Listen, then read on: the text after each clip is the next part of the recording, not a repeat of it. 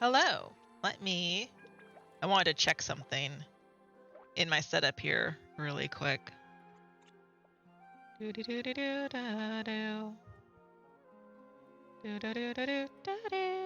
Okay. So, can I make live split? Let me see. Edit layout settings. Oops, not that one. It's set size. 521, 354. Can I like?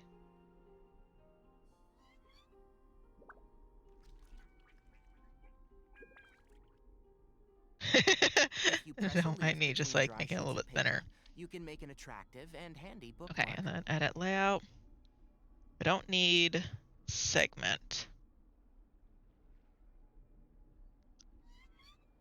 I don't really mind. Well, okay. We'll see if I like those. Okay, so then to come over here. Come on, move. Okay, that's there. I was debating getting rid of the border. Because, like, do I really need it? And I kind of don't think I do. Oh, let me lock that. Kind of don't think I do. Because, like,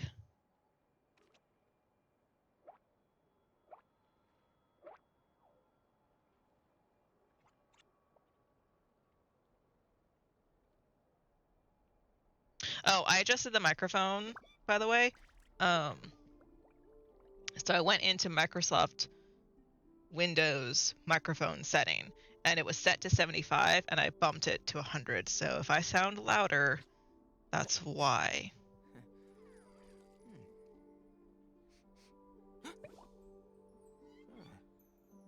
Kind of want to move it like left. Can I move you to the left? Yeah.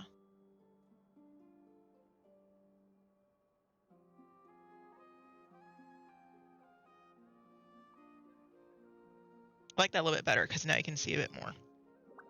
And then the Ko-fi thing. Where are you? Don't be afraid to make mistakes. It's all part of the learning process.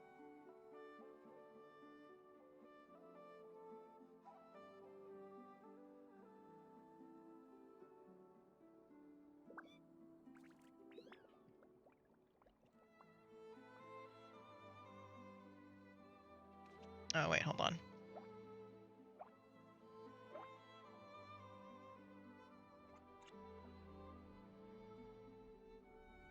Okay, so grab you. Because I was seeing that, like, this was really big. And it doesn't need to be that big.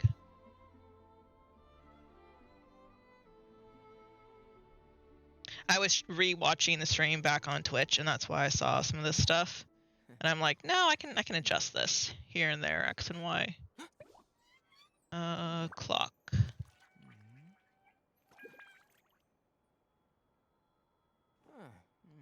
we go.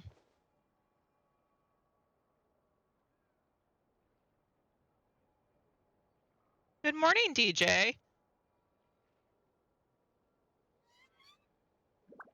I'm doing alignment stuff, don't mind me.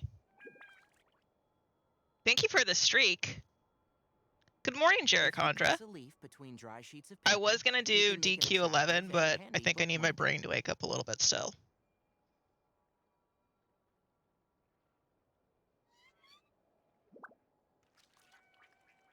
Yeah, so my plan today for at least the morning section, because I've been up since... no, I'm adjusting the layout before I get into Genshin. So my plan today is I want to do...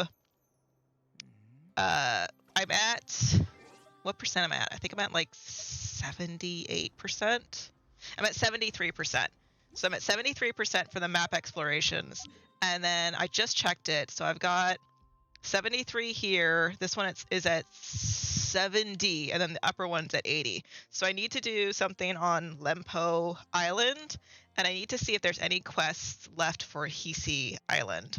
because I have a feeling that I'm not done here because there's stuff on this island that isn't cleared. So I want to get that stuff taken care of as an objective. I want to get that stuff done. And then I want to take a mental break to grab like food and snacks. And then when I come back, I either want to do Kingdom Hearts 2 or I want to do DQ11, at least to see how far I can get in that. Either one requires the PlayStation 4 and requires me to put a disc in because Kingdom Hearts is a disc and DQ11 is also a disc. Yeah, I don't know what's going to happen with DQ11. I want to see what it could be. So it depends on how long the Genshin exploration stuff takes. Let me close Live Split. I don't need that open anymore. Right click, close. Thank you. Yes, save that. It depends on how long the exploration stuff takes in Genshin. Hopefully it won't take longer than like 2 hours is my hope. So that's the Frostmoon Enclave. So I'm guessing that's the one I want to do there. What are the ones that are down here? That's Nasha Town. That's Power of Research. Thunderstorm. That's on... So I'm thinking it'll probably be like 10 in the morning. 10-ish. Somewhere in that range. I think.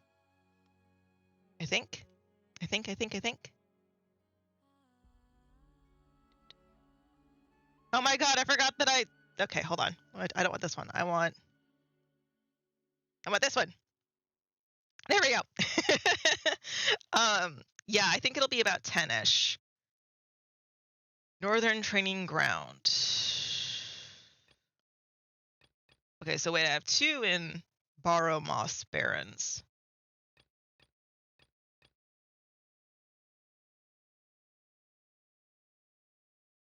That's a large machine, and that's also a machine thing. What's this one? That's not lawn, don't care about that.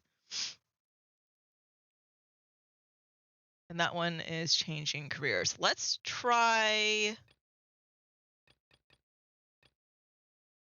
What is this?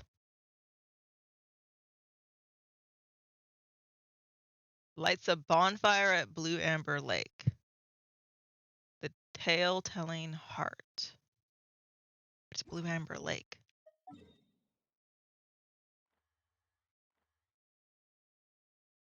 Moon Hall. Okay, so that's the Barrens. Okay, so that's the lake. Oh, so the Eye of Krati is the other one we did over there. Okay.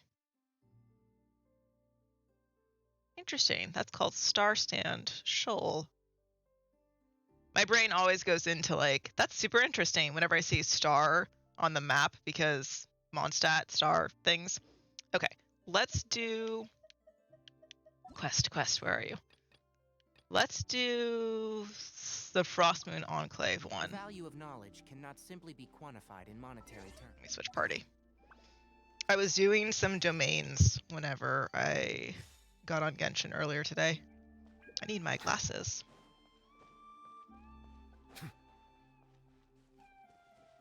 Grab them. I might do Kingdom Hearts 2 just because I haven't finished the run itself and I kind of am curious how long it's going to take when I don't have to worry about phone calls and going to see the family and stuff.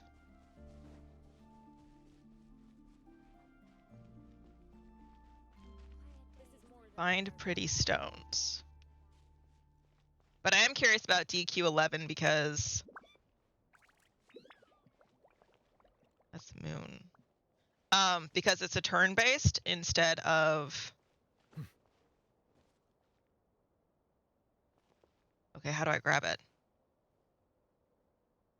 Is this it? Is that the one it's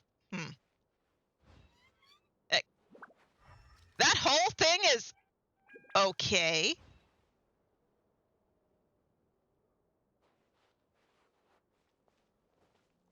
How do I grab it?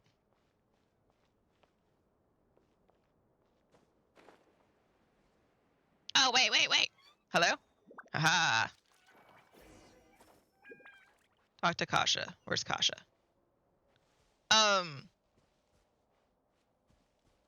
So Thanksgiving was fine in terms of the food. The place that I got my pizza from made the pizza wrong.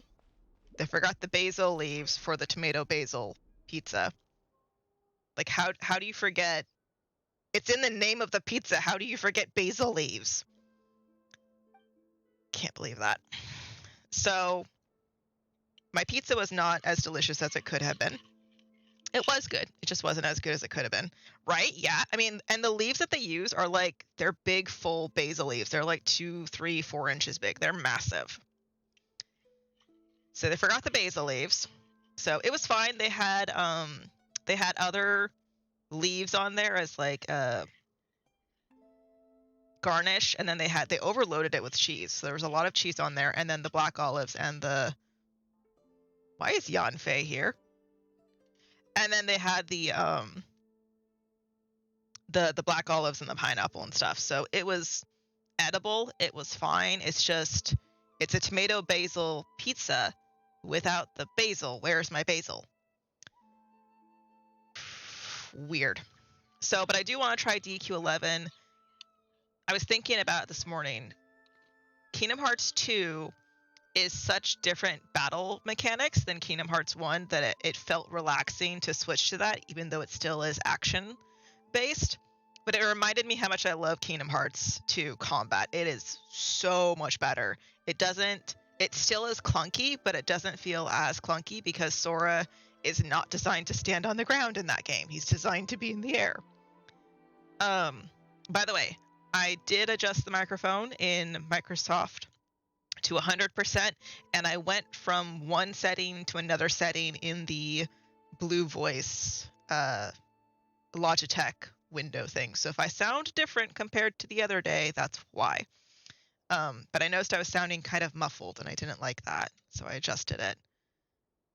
But I haven't adjusted anything in OBS, so if I need to adjust stuff in OBS, I will. But I do want to try DQ11 because it's turn-based combat, and I have a feeling that I might like turn-based combat maybe a bit more than like Kingdom Hearts 1.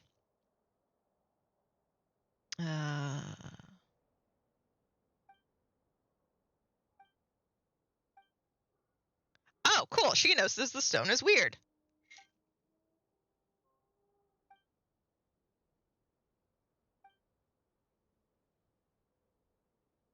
Okay, so this quest involves Reed Miller.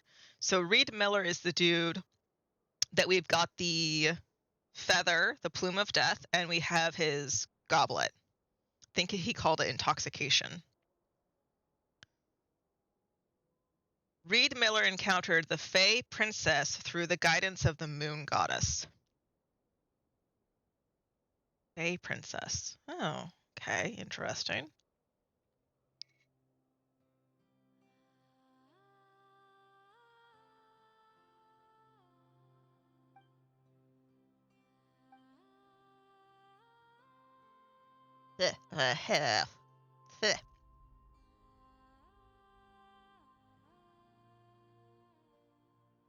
The premonition says we should put the stone back.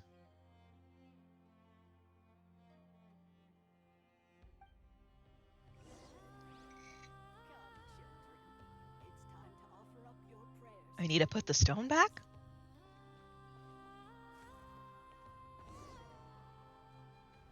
Okay, so I'm putting the... Oh, okay.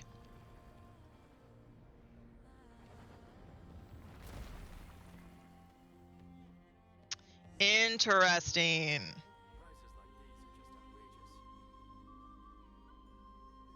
I was wondering when we got to Nodcry why the statues didn't have anything.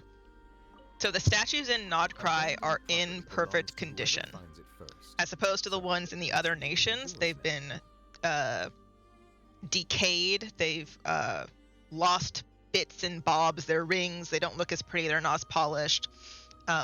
They look bad. There's another one.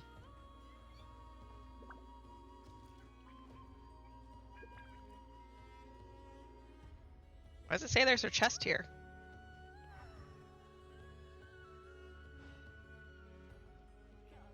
Above me?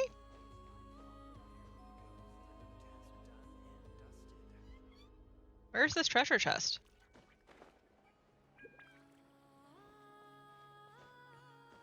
Oh, it's not a treasure chest. It's the little dots for Yanfei's thingy. Okay, let's talk to her since she's standing here. Miss, are those antlers on your head? Wow, it's actually voiced. Wow, they look just like deer antlers. I bet they are. Just like us Frost Moon Scions. Yeah, Our Lady Moonchanter, Miss Lauma, also has a pair of really pretty antlers. I gotta say, the strangest thing about Genshin's world is the people don't seem to care if you have animal bits on you. Like, they aren't regular humans, and if you happen to have, like, horns or cat ears or a cat tail or something, or fangs, they're just like, yeah, we completely accept that. And then Rosaria is a full-on vampire, and they totally accept that.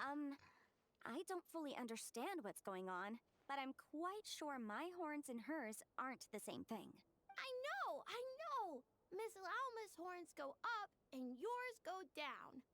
Wow! Are you also a Moonchanter, miss? That's not what she meant, but okay, child. Moonchanter? Well, I don't think I am. Moonchanter? That's a foreign term to me. I think Granny once mentioned an Adeptus who is related to the moon, but I don't think they were a Moonchanter, were they? Interesting. Oh, no, wait! Granny told me not to tell outsiders about Adepti. So, what should I say to these kids? But your horns are just as pretty as hers. Miss, can you talk to animals like Miss Lauma can? Oh, hey! Hey, traveler! Over here! She sounds like she has a different voice actor. Let's skip that first. I need you to save me right now. If these kids keep asking me questions, I won't be able to hide my identity as an Adeptus for much longer. Ina, Kari, it's good to be welcoming to our guests, but if you ask too many questions, you may come off as impolite. Miss Lauma! Yeah, you're right. Sorry, Longhorn Miss. We asked too many questions.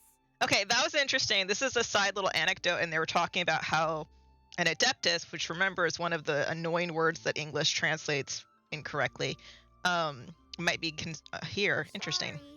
It's just that we've never seen someone from outside the Scions with horns. All right. Come, Ina, Kari. You two should go home. I saw your parents on the way here. They must be worried sick searching for you. They're searching? Oh no! It's way past dinner time! We're dead meat! Daddy's going to scold me! Bye-bye, Miss Lauma! And bye-bye, Longhorned Miss! Okay. The child that voiced Ina, like whatever person voiced Ina, that is the person that should have voiced Aino, because Aino sounds wrong. Thanks for your help, Lauma. I don't know how I would have wriggled out of this otherwise. I should have stayed in the library to search for information like you advised. Didn't think I'd be ambushed the instant I stepped outside. No need to blame yourself, Yanfei. The children are merely curious beyond their years and unaccustomed to seeing outsiders with horns. I apologize on their behalf for the discourtesy. It's fortunate that the Finches came to tell me you were surrounded by Ina and Kari. It seems my arrival proved timely. It's all right. I should have known better. Wait. You two know each other? That we are. Yanfei came to visit us Frostmoon Scions 2 days ago, saying that she wished to gather some reading materials. Since she came to study, I invited her to stay. Lauma's been a big help. I've gleaned lots of valuable information from the Scion's library. Maybe even stuff that'll give Shinobu a surprise. You're too kind, Yanfei. You were merely browsing our archives and writing down some of our customs. Although, I do not understand these borders of law you mentioned. As long as your time here has proven fruitful, then all is well. The borders of law are essentially... On second thought, it's not the sort of thing where a short explanation will suffice. Once the book's done, we'll just send you a few copies. It should be clear once you read it. It's a universal law book that should be concise, engaging, informative, and easy to understand. We'll cover legal concepts as well as the regulations present in many nations. There's legal concepts in Nodcry? You sure about that? Is that so? Well, then I look forward to reading your work, Yanfei. I believe the children will be interested too. Is it the whole point that it has like no overarching government? The reason the Fatui were able to come in and build a gigantic facility and like bastardize the statues? I promise it'll be interesting. I guess I should head back to the library and continue my transcribing for now. See you both around. I hope our Adeptus finds what she's looking for. She revealed that she's an Adeptus to you. She told me everything on her first visit. I must admit, seeing an Adeptus with horns fills me with a sense of familiarity. I listened to her many stories of Liu's Adepti, and in exchange I granted her access to our library. In that, she has thus far proved most rule-abiding. A praiseworthy virtue, I must say. Is that so? Well, that's wonderful. Excuse me. She did mention a certain white horse Adeptus while telling me of Liu's legends. If memory serves, our books do chronicle a divine envoy who once dwelled on the moon. A white horse Adeptus. Is there such a person among the Adepti of Liyue? Now, do not concern yourself overly with a mere flight of fancy on my part. But now that we have broached the subject, far apart though Liyue and Nodcry might be, both have always bathed in the moonlight. I pray that the people of Liyue may also be blessed by the moon, and lead lives of peace and prosperity. Okay. Interesting.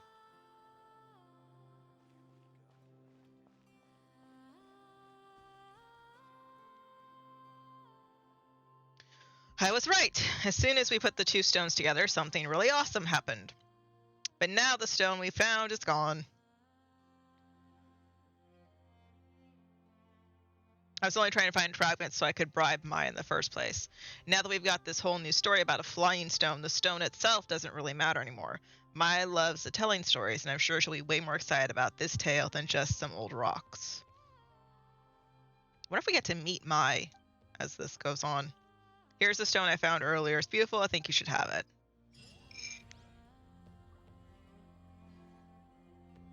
Okay. I bet there's going to be a quest chain that's going to do something to this thing in the sky. All right. Where's the other one? Is it Thunderclap Reef? Okay.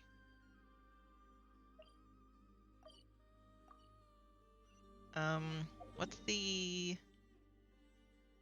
Okay, let me go up here to the... Where is it? That way, apparently.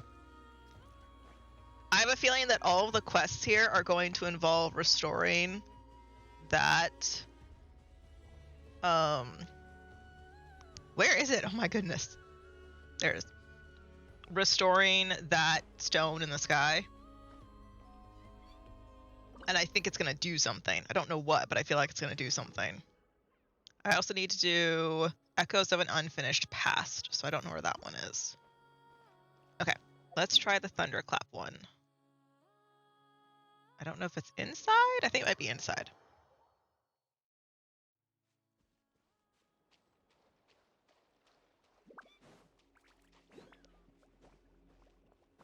Ah, I remember this. I was trying to get the Oculus here and I couldn't get it.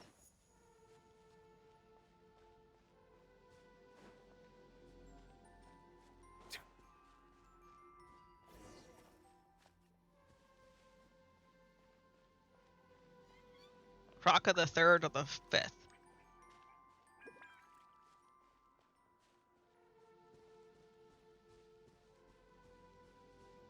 This is interesting looking.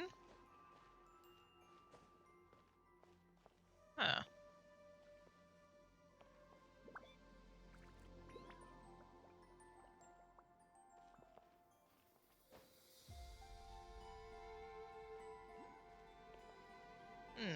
Okay.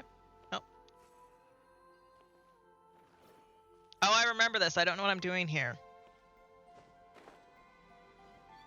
Like, I couldn't figure out how to progress in this room. Because, like, nothing I did seemed to do the thing I needed it to do.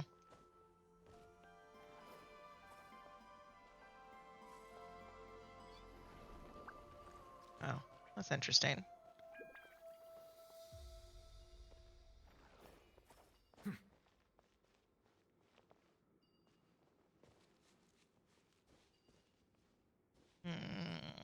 Okay.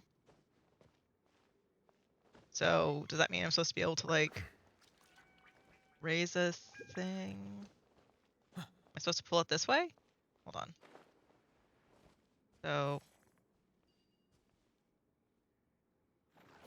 hold on. I have an idea. Maybe this stone goes there, and then I pull this way?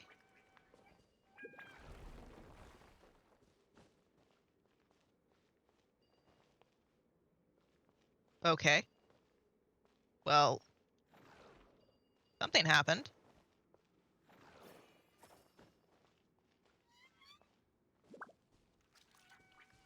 Okay.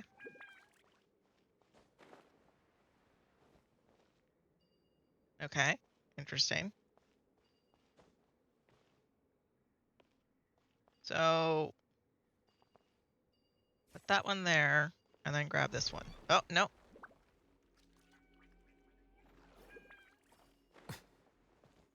Why'd that one go away from me, though?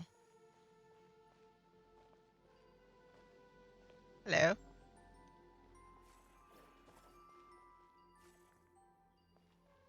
Will this work? If I pull it from this way?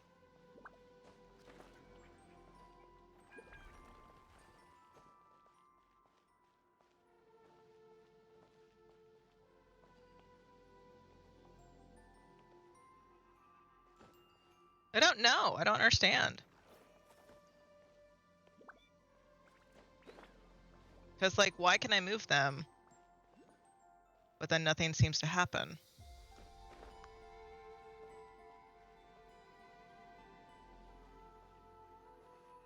Hmm.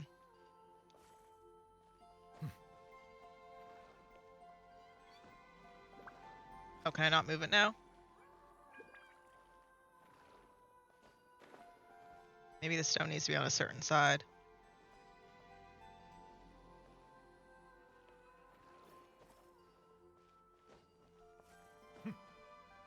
Oh, no, wait. If I'm pulling that way, I don't know what I'm doing.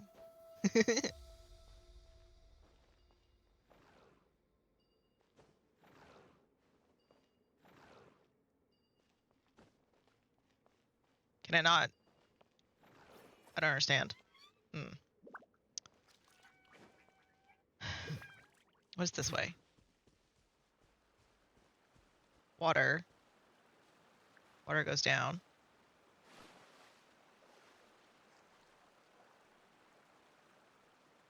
Nothing here. Okay. Am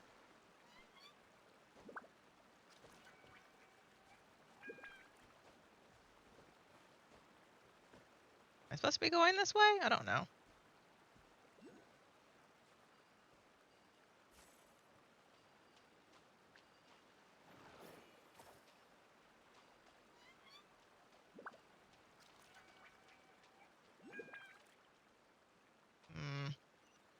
The map icon is still in this room over here, though.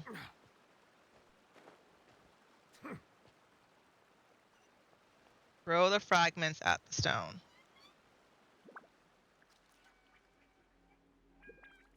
At what stone?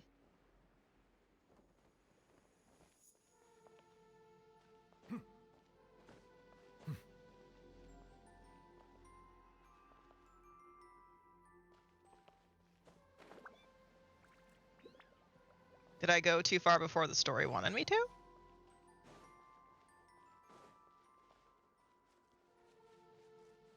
I did. Okay, I need to be over here.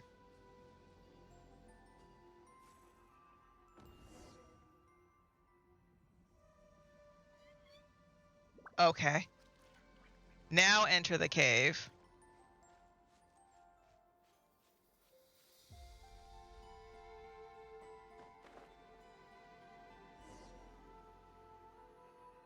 And search for fragments.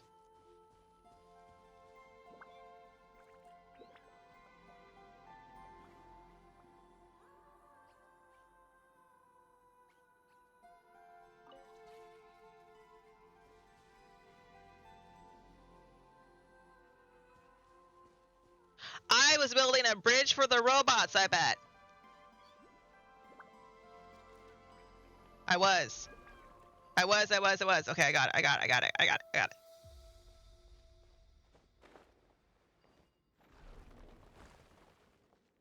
Yeah! I got it. That's a pain that it reset after I completed it. Because I had it all done and I left the room and it undid itself. That's stupid. Come here, my children! Come, my little bunnies! So, okay, I just walked farther than the quest wanted me to go. Combine!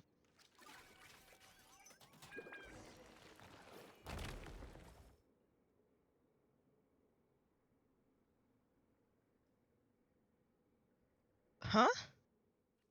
What should we do? It doesn't look like we can leave through here. There's some light. Maybe there's another way around. Okay. So, meanwhile, the children got me a treasure chest.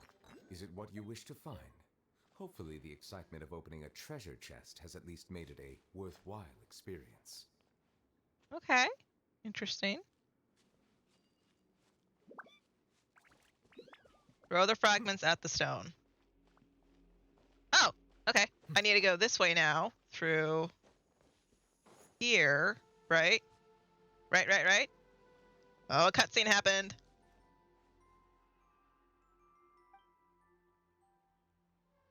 Oh, maybe the route that like took us in broke.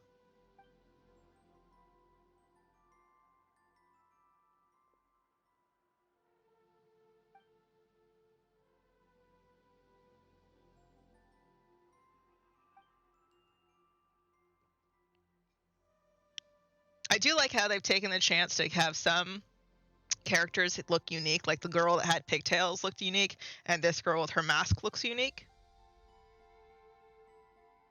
Like I feel the NPC uniqueness in Not Cry is better than it has been in previous years.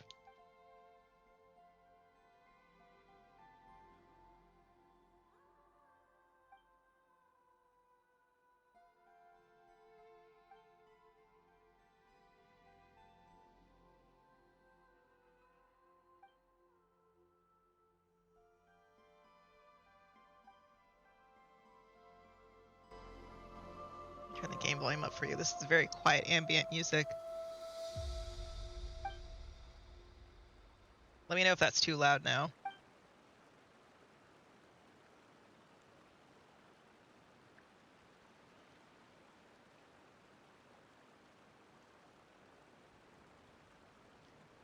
O great father of Genesis, forger of the tripled moons,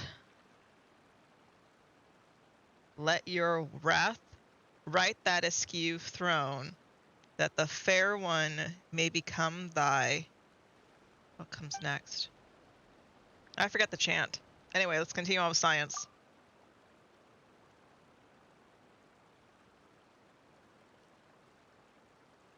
Huh, somebody, a dude of Genesis forged the moons. That's an interesting lore bit. I don't think I would think that the moons had been forged by something. Because, like, in my mind, I'm thinking of Earth moon, which was hit by, like, a planet. Where am I going?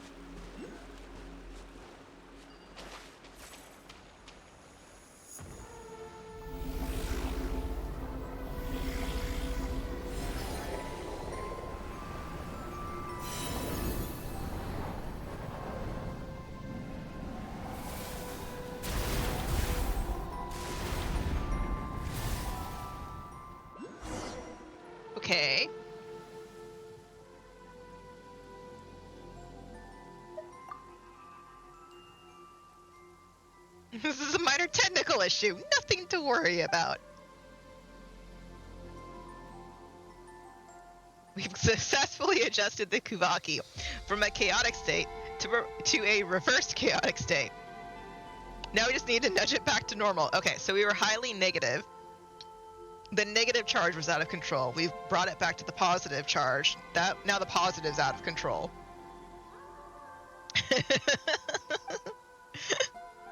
It can't get any worse.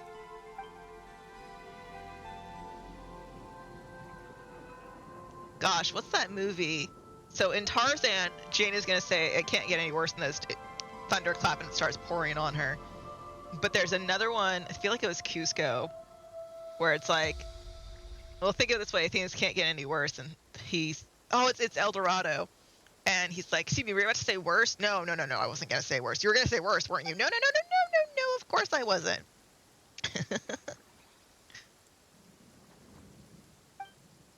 That's an interesting curse. What in the moon's name are we supposed to do?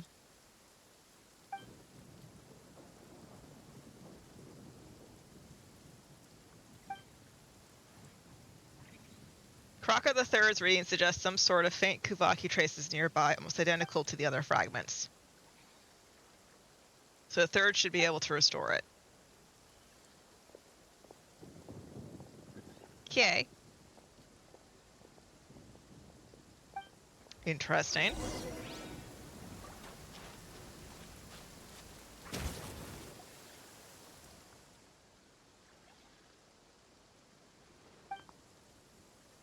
You've arrived at last, hero of Elysium.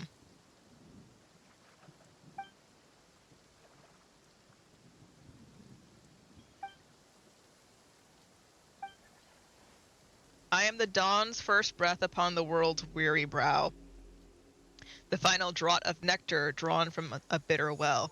I am mother to all and daughter to all. Okay. It's part of a rite, but that's a verse only a moon chanter is allowed to recite. A true priestess would never get the sequence of their prayers wrong. Another fraud in a borrowed robe. Last time it was a woman called Hidimbi, and she too dressed the part, played the role, and fooled quite a few. Tough luck for you, imposter. You got the real priestess right here, and I can see through your disguise. Oh, so Verna is apparently a priestess? Do the mask's carvings determine the actor's worth? What matters is that she sits in the seat and thus plays the role. In the sublunary, so sub-moon sphere, so beneath the moon, in this beneath the moon sphere, talking about we're beneath the moon on the sphere, so she's calling to Vatasphere. Are we not all masked? It is merely that some veils can be seen and others not. She sounds priestessy.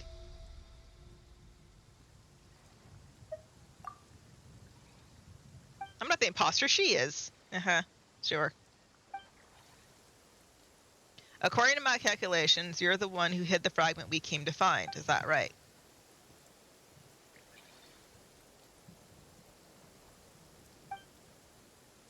Are you a priestess or a thug?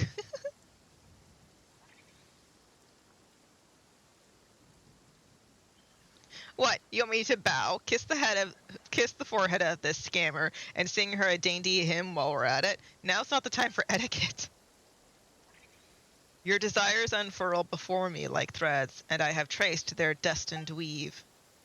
But this is no place for us to speak. Walk with me, and I shall lay bare the tapestry. Interesting.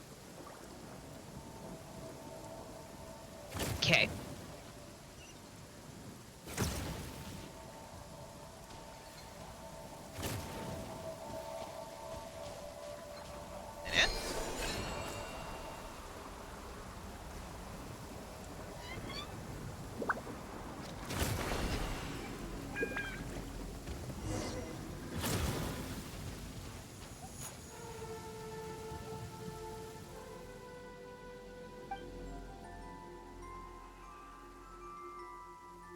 You heard the lady hand it over. Is what you seek not right before your eyes? What did you think? You're just going to give it to us. Because this is where it must happen. Fate demands it. I have waited too long, endured too much, all for this moment, all for the birth of a god, in air quotes. But it matters not. Soon it will end, and the newborn god will drape the world in true joy. What you talking about? Via. I have glimpsed it in the mirror of stars. There is no place for her in a world where the god has now been born. First off, it's Verna, not Via. Don't you know it's rude to... Wait, you weren't talking about me, were you? Indeed. So then, do what must be done. The ending you seek awaits.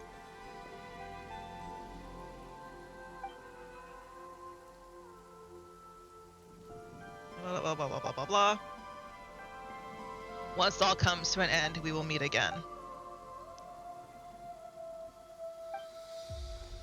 I shall wait you at the court of the first edict. Oh, Nightingale, oh, Nightingale. What the frig? Let me see the sick text.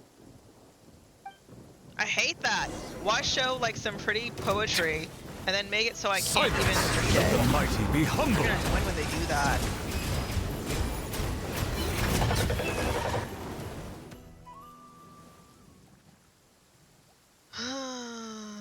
Okay. Like, I don't understand it. There's some parts where they make it so I have to press the button to continue, and other bits where it's like, no, you can't. We're just going to force it. We're going to play it for all of 1 second, and then that's it. You can't read anything else. Never mind that it might be important lore crap for you to know. Stupid. I like this game, but there are so many crappy things about it. That they have the perfect... Is it what you wish to find? Hopefully the ability to excitement of opening a control. treasure chest There's has no at least reason it's made like it a this. worthwhile experience. What are we doing? Find the something or other?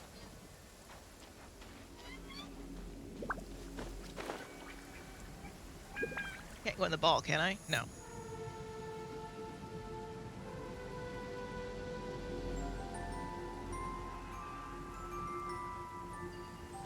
How's the volume? I turned it up.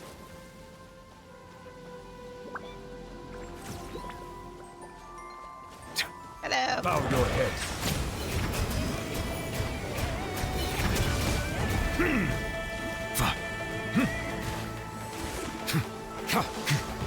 Ah, missed. Settle down. Thank you. Let the record show that I verbally consent to relinquishing these items into your possession. That.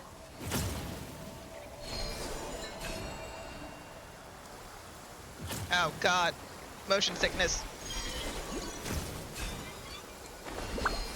Ah! Okay. What? No. Not right. Or maybe it was. Didn't feel like it was.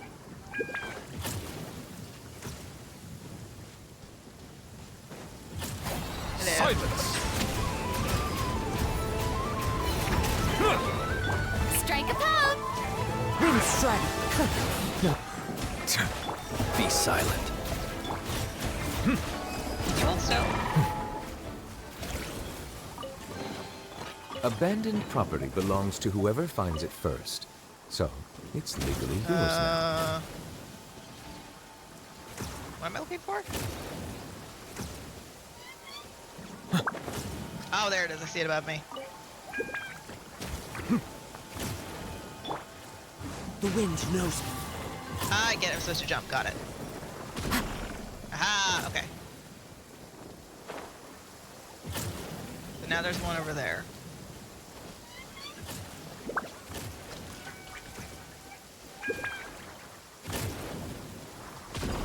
Ma'am, are you gonna keep going forward? What's going on? You need me to escort you? That's interesting. Okay, and then there's one over here, I guess. There she is.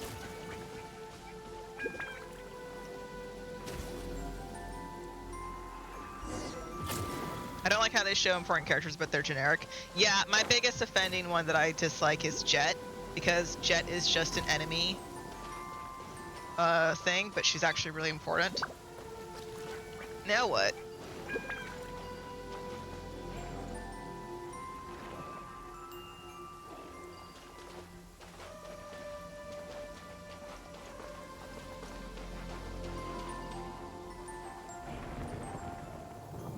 Oh, okay, hold on, I get it.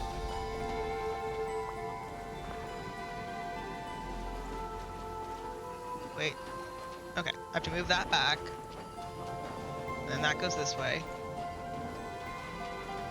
That comes this way. Come on. Comes this way. And it goes this way, right?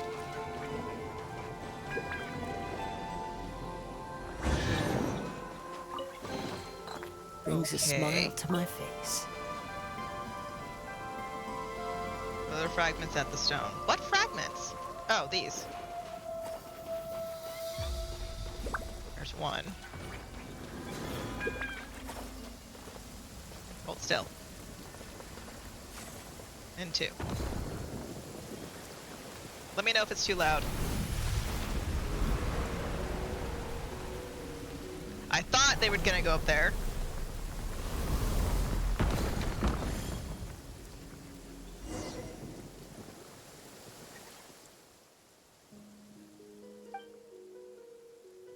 That was nothing like your original pen.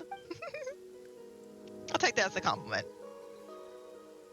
You know, I wonder what this would look like if instead of the giant tree in the background, it was still the big purple blast coming down like the DBZ thing.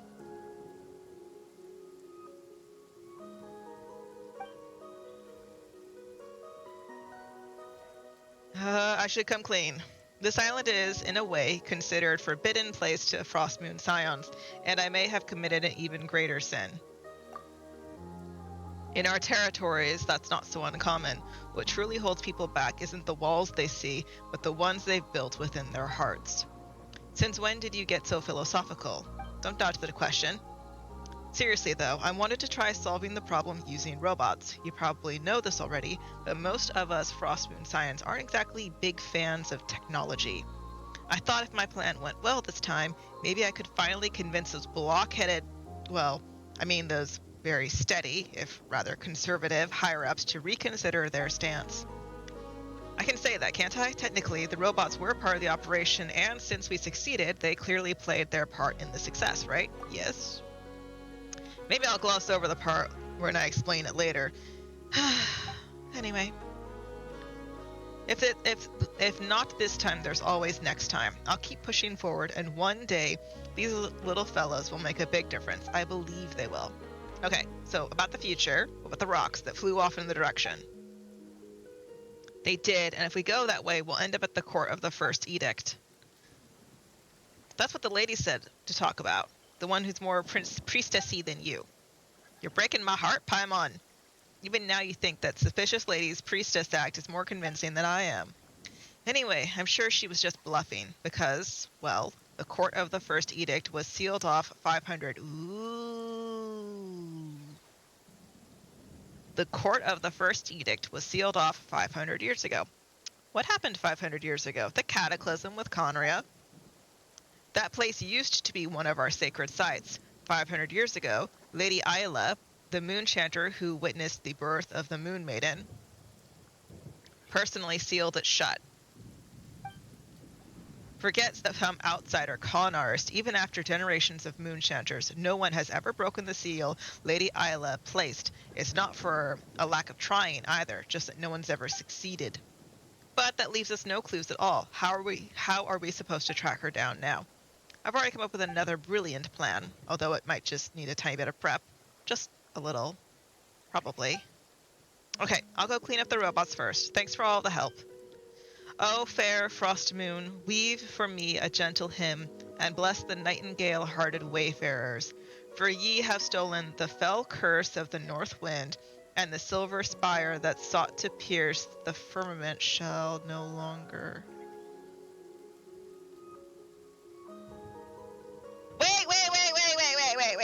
Wait. This is not just like a hymn. This is history. because Frost Moon is the name of the is one of the names of the 3 moons in the sky. So she's calling to the Frost Moon, the one in the sky, which also has a goddess. Weave for me a hymn, which is a song, which is a story. Bless the nightingale-hearted wayfarers. So nightingale meaning birds that sing, right? Wayfarers meaning travelers. For ye have stolen the fell curse of the north wind. Ye here refers to Frost Moon or Frost Moon goddess. The goddess has stolen the fell curse. So fell likely is just a it's a fluff. It's a fluff word because curse is a negative word. So it's just meaning like a really bad curse. So the Frost Moon goddess has stolen a curse of the north wind. North wind, does that mean that they're talking about Snezhnaya? Because that's, so far as we know, one of the only locations north of us. There is a section that's north of us that's a lighthouse that might be connected to Nodkrai as the map expands. But it might be Nodkrai, or it might be farther of Snezhnaya itself, because Nodkrai itself is on the borderlands of Snezhnaya. Nodkrai itself is also called the Borderlands. So the Frost Moon goddess has stolen a curse of the north wind. So the curse belongs to the north wind. So the north Snezhnaya wind people. North wind actually makes me think about in Mondstadt, there are 4 winds that guard the cardinal directions of Mondstadt. And I think Boreas, the big wolf, is the north wind. So icy, cold, and then wind. So then we get to the next section, and the silver spire that sought to pierce the firmament shall no longer. So the silver spire is likely the thing that we just repaired, and or something else, and it sought to pierce the firmament. So it was built and or intended to pierce the firmament. Firmament means the sky above you, the stars that you can see, the atmosphere that's around your planet. So for like a Grecian mythos, they believed that if they got beyond the firmament, they would be in the land of Olympus where the gods dwelled. And so that was beyond the stars. If they could get into the firmament or beyond the firmament, they could get there. In the context of Tevat, with the Frost Moon goddess who existed during the time long ago, that would mean that this silver spire sought to pierce the firmament, likely the bubble world that Tevat is in right now. So this silver spire, so silver usually refers to moon whenever we look at alchemical things. Gold is earth and silver is moon. So this is a silver spire, so it's a moon spire, which makes sense because we have Frost Moon goddess.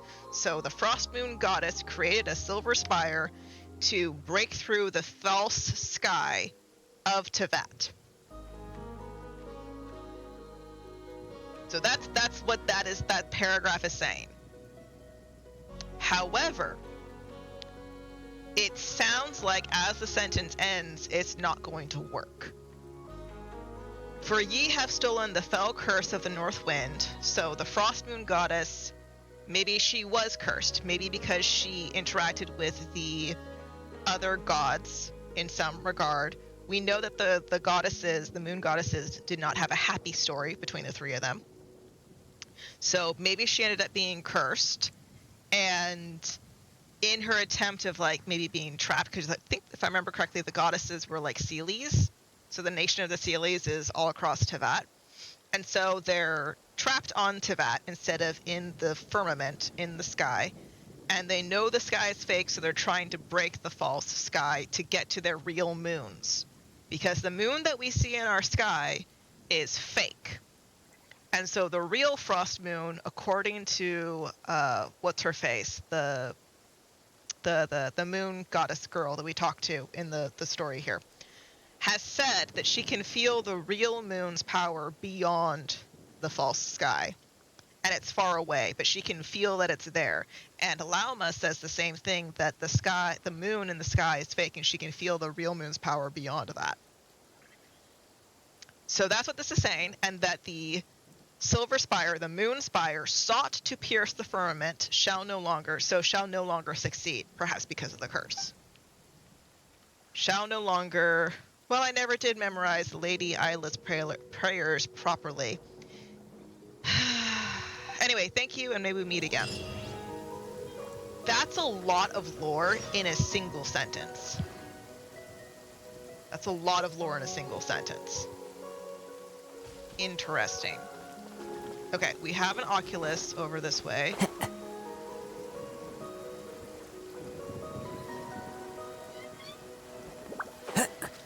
And there's a treasure chest here, look at that. A fateful offering. What do we have? Guide.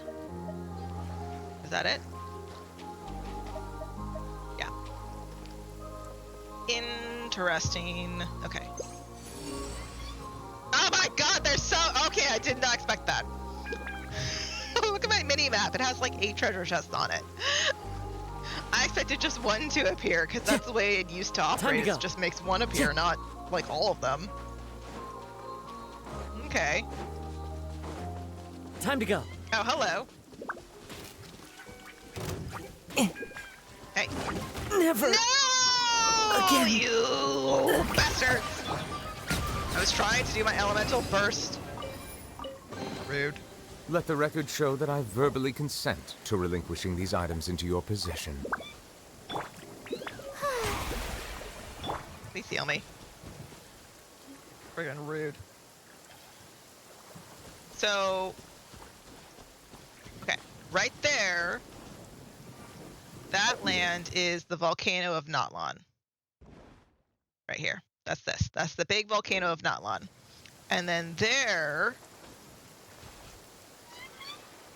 That is the Summer Island thingy. That's what that is. And then if we go to the north, Karina. Karina. If we go to the north, there's islands and stuff there. It's easier to see when we're at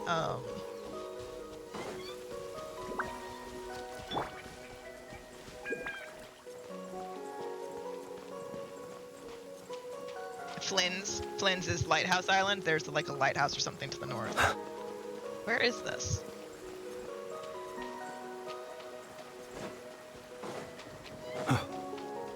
There's an Oculus here too. There it is.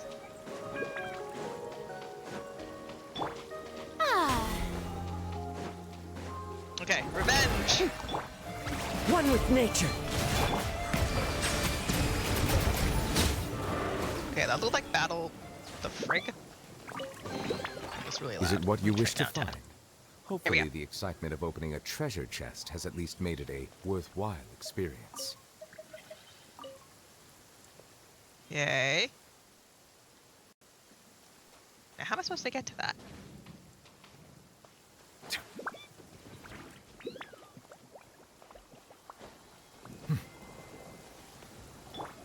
The wind knows me. How am I supposed to get to you?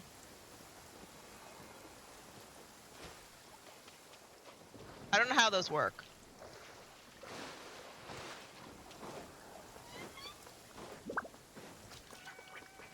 Like, I understand this. It's not high enough.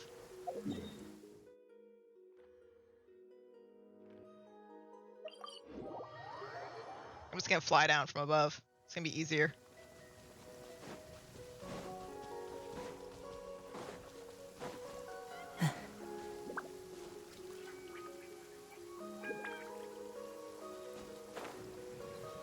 Instead of trying to figure out how the puzzle works, I'm just gonna fly down from above. I think it's supposed to be a magnesis thing, but I can't seem to get it to trigger. I follow the wind. Okay. There's that.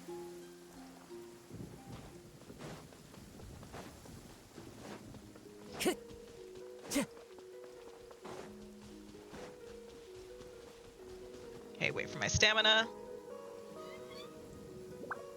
Do-do-do-do.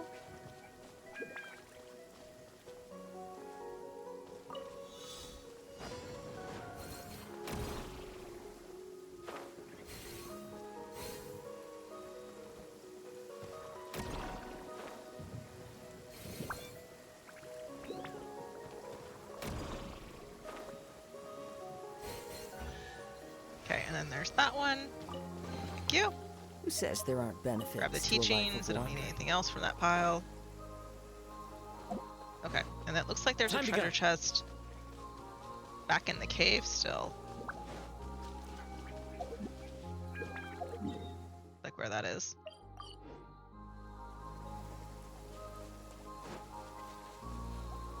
Yeah. Where? No, my cave is over this way.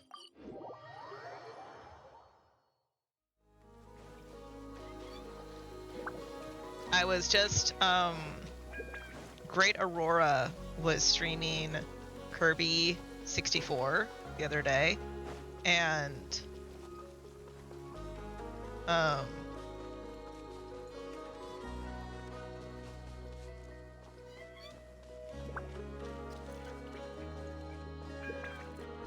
okay, now what?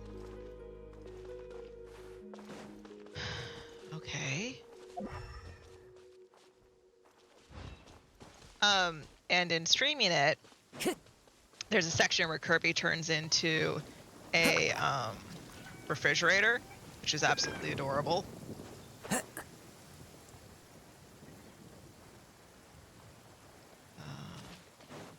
Time to go.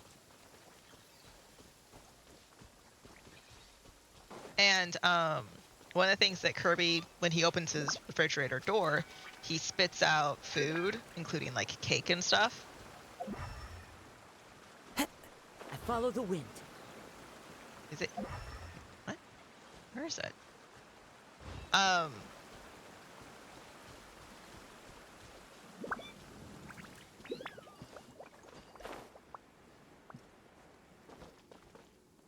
need to move that. How do I move that? How do I move you? How do I move you? Where I need an assistance. How do I move it?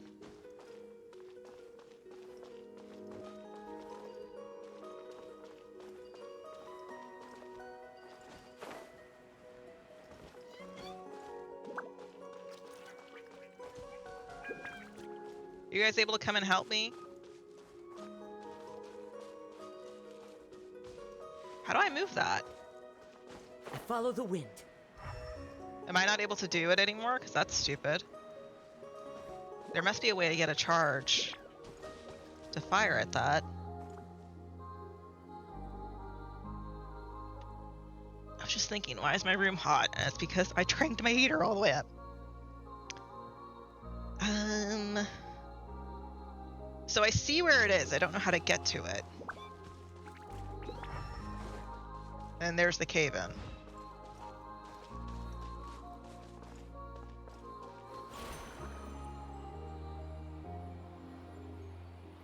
Hello?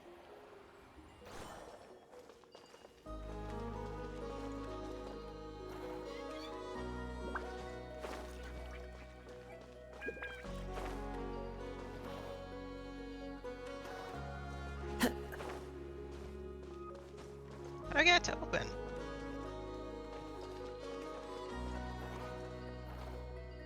No, I want to push that one. Why won't it go? Oh, wait. Do I... Hold on. Oh, no. Am I not able to do it because the robots are over here? Hello? That doesn't make sense, though.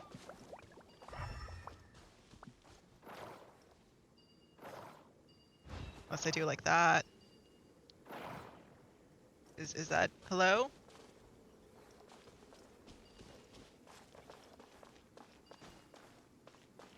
How do I get that?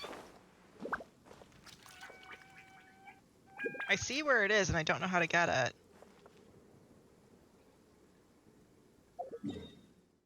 What's this place called?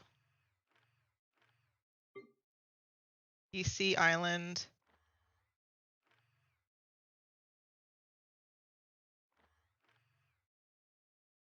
I'm gonna pull it up on Google because this confuses me.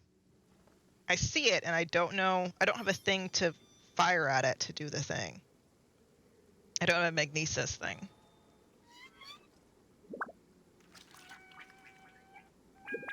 Genshin map. Not cry. EC This Island. scenery is wonderful. Surely enough to convince anyone to become a wanderer.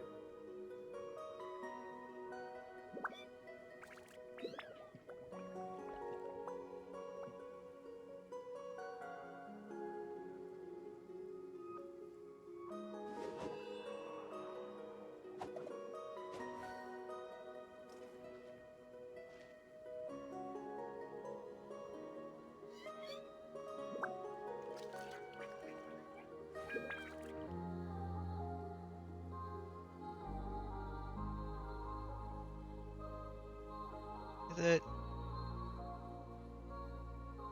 No.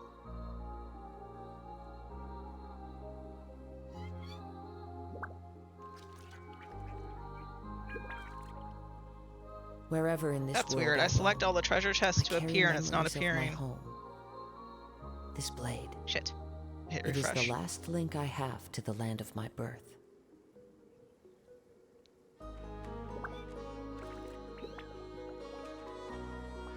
No, that's outside.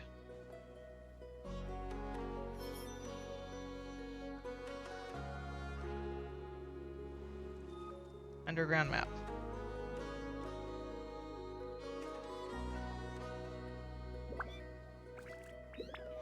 Why is this treasure chest that I'm looking for not showing up? That's super weird.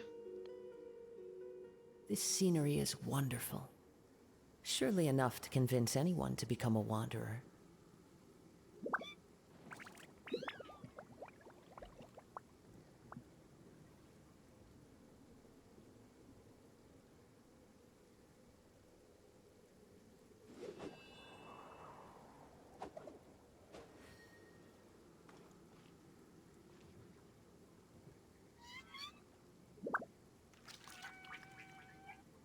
I am so confused.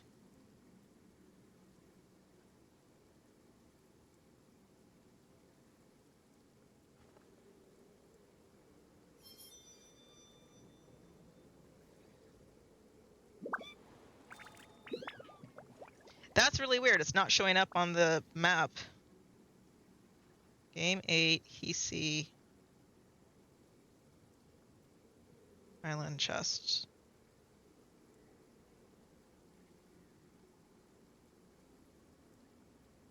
There are leaves around, and I know just the tune to accompany them, if you wish to hear it.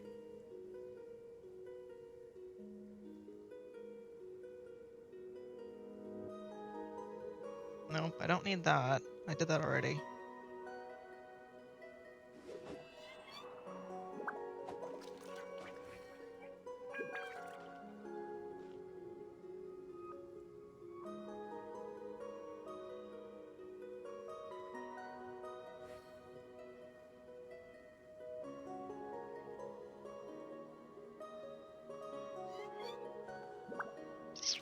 Okay, let's try the Nod Cry treasure chest map and locations. Let's try that.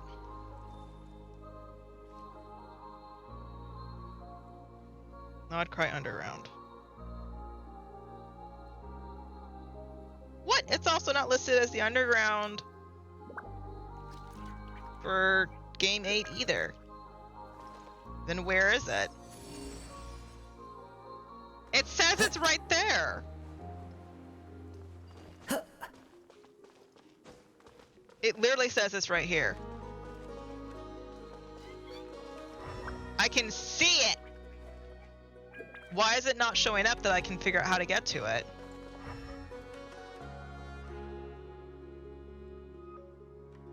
How do I get it?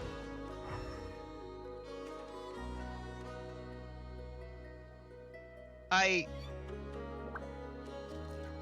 don't understand, because, like, the robots are right there, and I don't... How do I make them... I don't understand.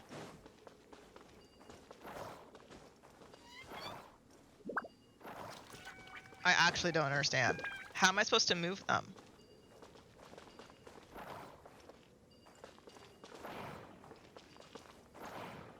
Why can't that move? Hello?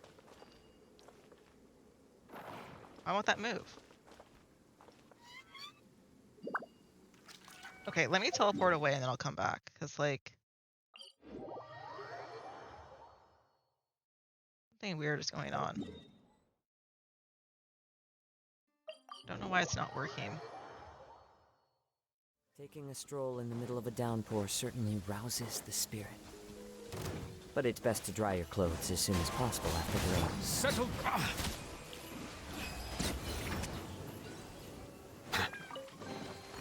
Let the record show that I verbally consent to relinquishing these items into your possession. Okay, there's that.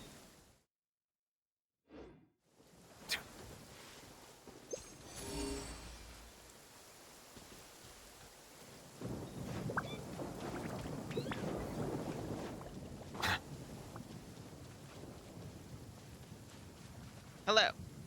How... Are you able to do my duty for me? Hello, children?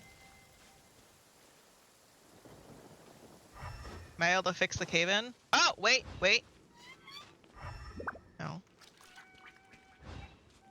Why are you not active, sir? Child. Hello?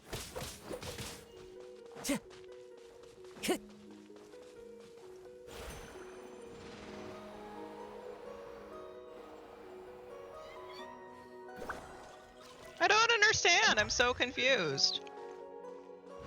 How am I supposed to move that thing?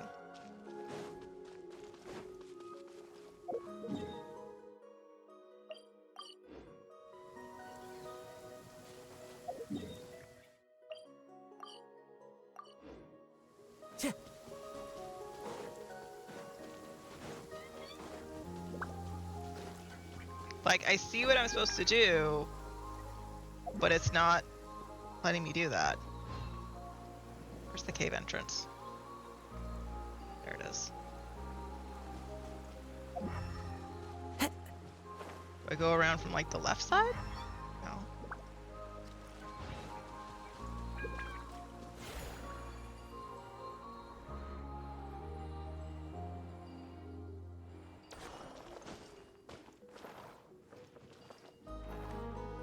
What the hell? How am I supposed to destroy that?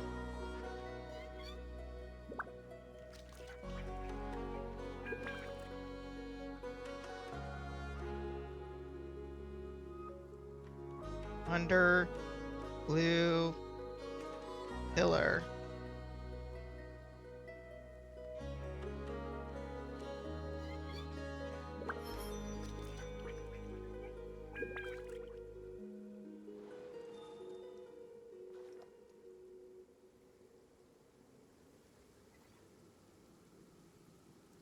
Nope, it's not that one.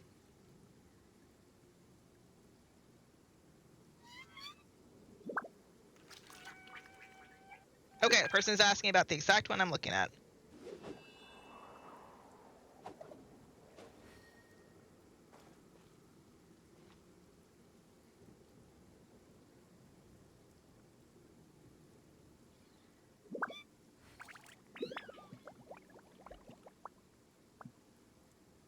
Teleport out and back to the area. Wherever in this world I roam. Okay. So Reddit says teleport out and then back to the area.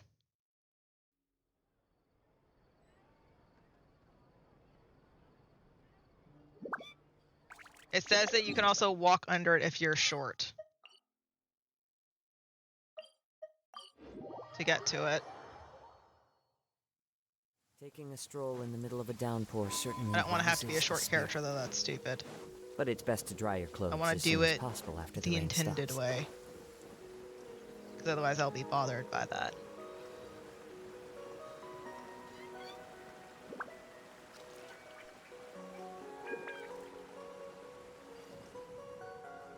It says the robots should have moved. They're not moving.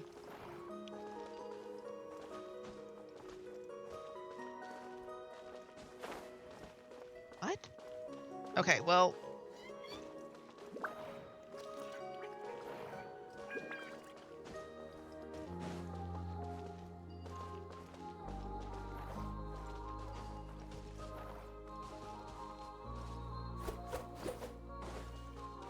I don't understand. It says you're supposed to be able to, like, go far away and then the puzzle resets.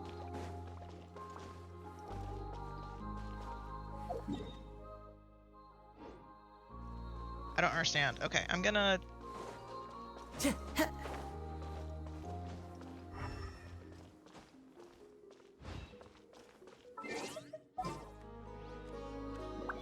is so stupid. Where's a short character? Shut up.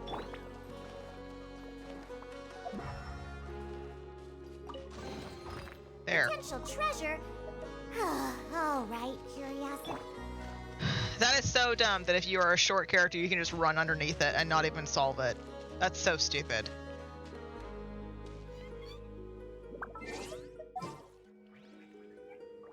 Especially because, like, apparently you're supposed to be able to teleport away and it will fix the puzzle will Happy to reset oblige. itself. And it's not doing that, so... Even Nouvellette can do it. That's so weird. Can I get back under? No, but I could get out. Oh, that's funny. Whatever. It's so stupid. The amount of stupidity I've encountered today. Add it to the log. Streamer's log. Genshin is dumb.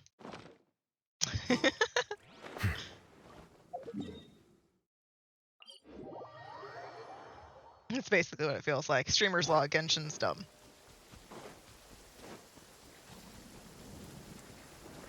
Shower me with praise. It is. So, what Reddit says is basically teleport really far away and then come back because it'll force the thing to reset, the puzzle to reset itself. Well, that didn't happen. Silence. I went all the way to Fontaine and that didn't do a thing. So obviously that's not the correct answer. Abandoned property belongs to whoever finds it first. So Okay. it's legally yours now. Because, like, that bugs me.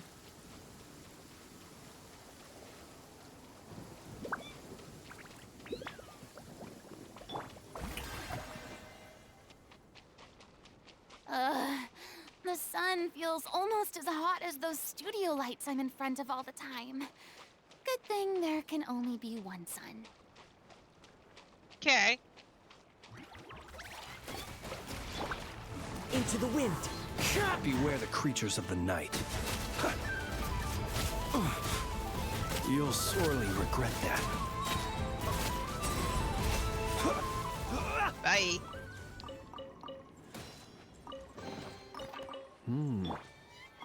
Thank you.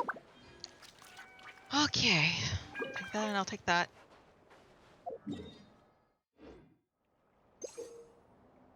frick?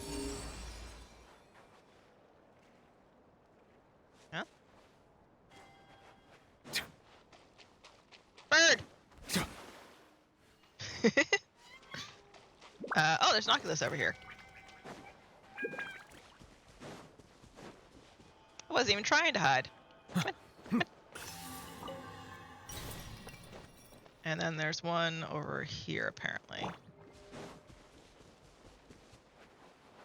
Strike a pose! Where's this one? Oh, it's right over here.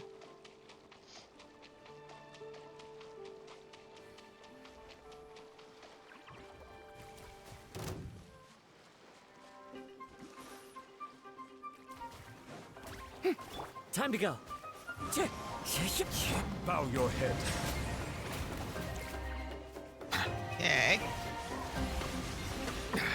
There's a tear in my robe. Oh, you piece of bullshit! Fills the air. Fallen leaves. Adorn! Shower me with praise!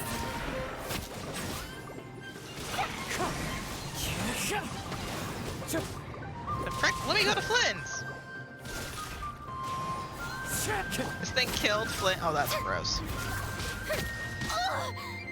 Let my name echo in song!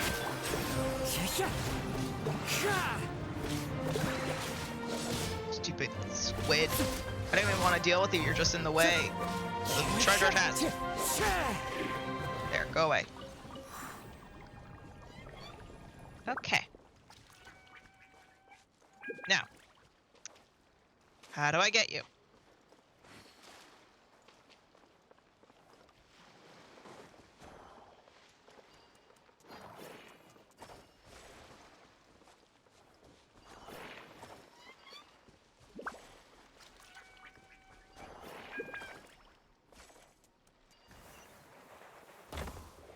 Ah. Okay. Damn it. Grab it. Stupid.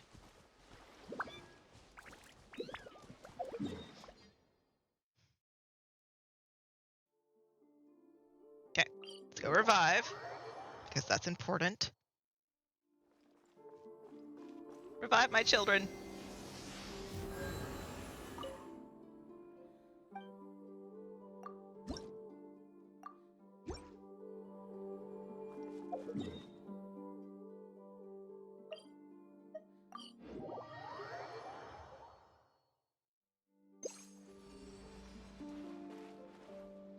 Oh my god, there's treasure chests everywhere around here.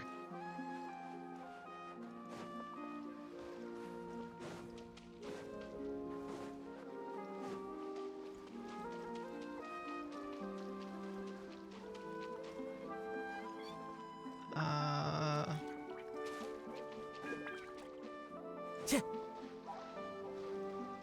I supposed to hit you? Oh, I hit you. Thank you.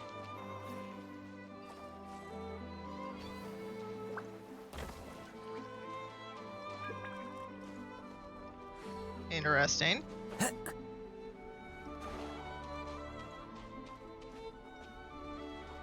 Where are you going? Hello?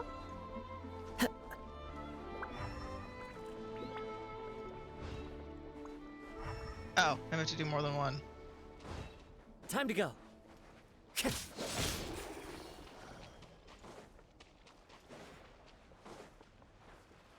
Now, how do I hit that one? Is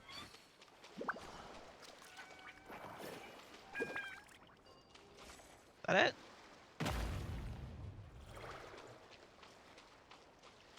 Yeah, there's number 2.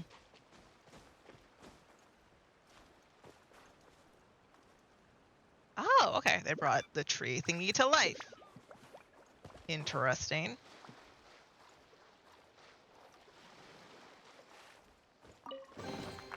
Who Whoa. says there aren't benefits to a life of wandering?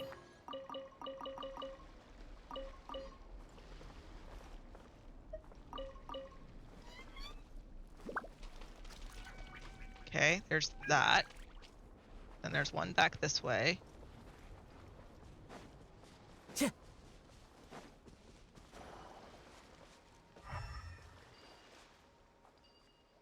I don't know where.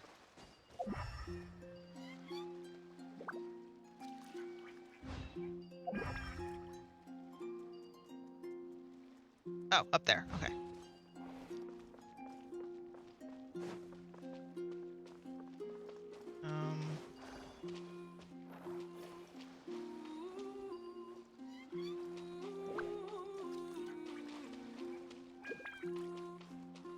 How do I...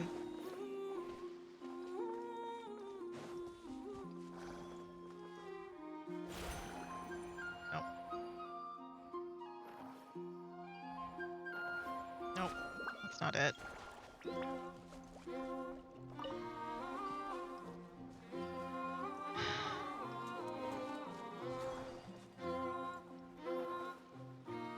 What do I hit into that? Let's see. you.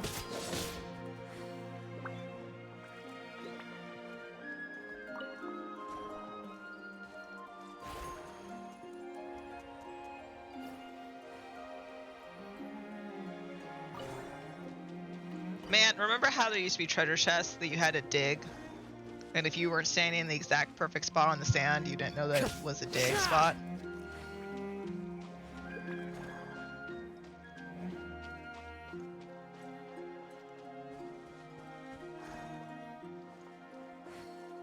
What am I supposed to do? Time to go.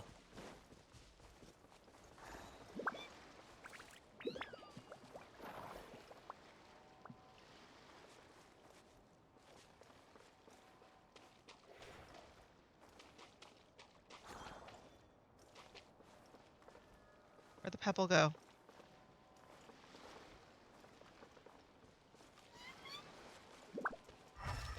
Oh my gosh, where'd it go?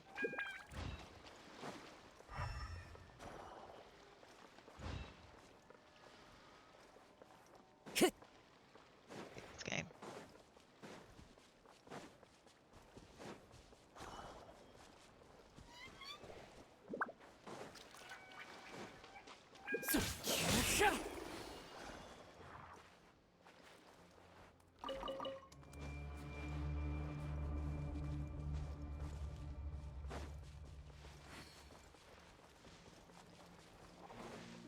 It up here? Time to go. No. I need a rock to blow that up.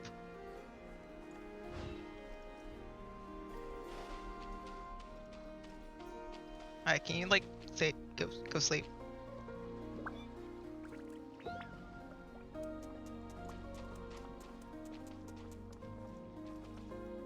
Because that's what I'm supposed to have. I'm supposed to have like a red rock to blow that up with.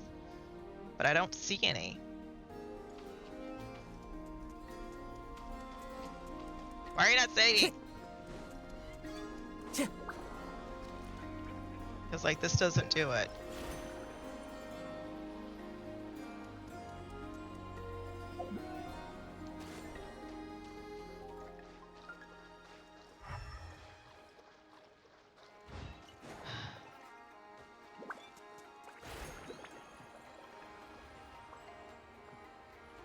I hate this. I feel like there's a lot of things that I have to like log back in and out of to make them work. That doesn't sound right.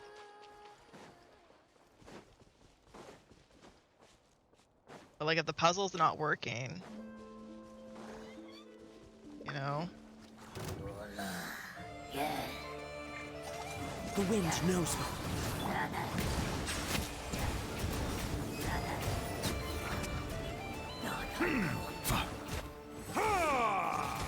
Time to go. One Down here. creature. Fight me. May I present?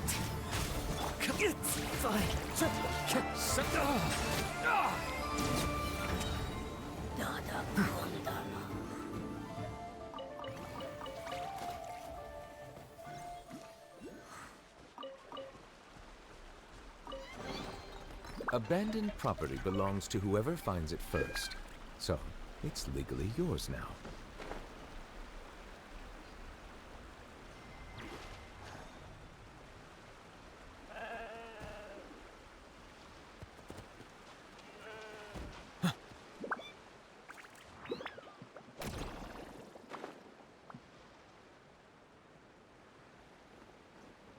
Okay, there's an Oculus I somehow didn't see before.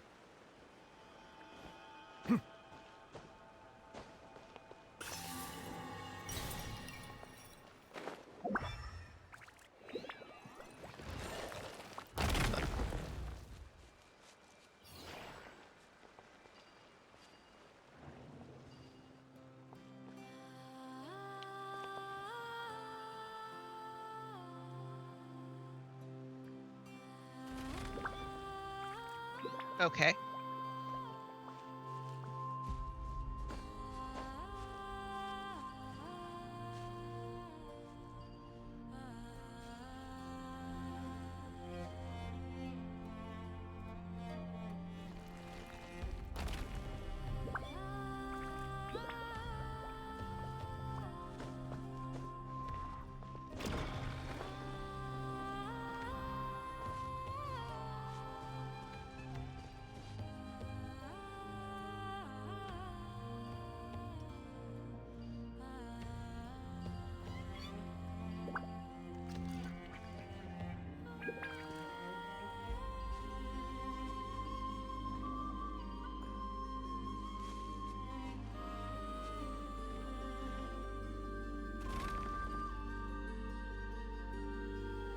Okay.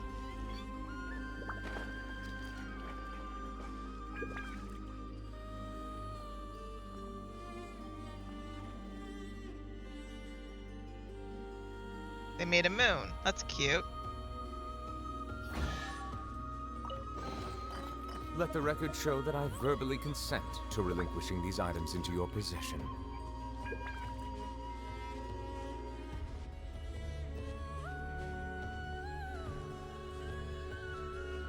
This is an Oculus near me. Is it like above me?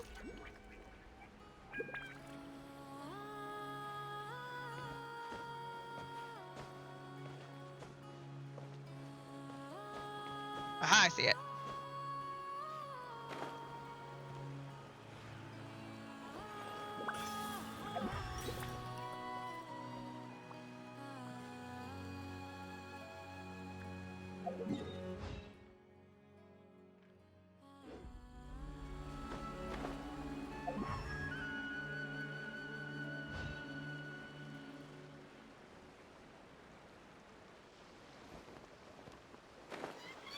Okay, that one.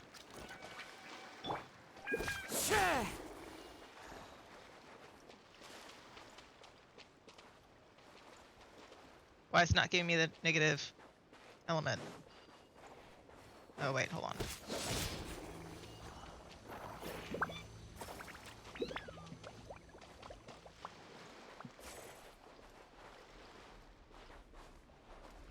Come here.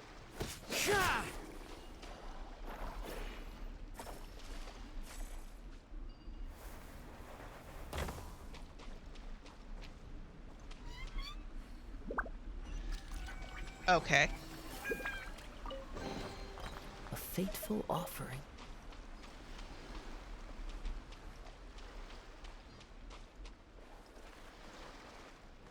Does that mean I'm supposed to like walk this way? Feels very weird.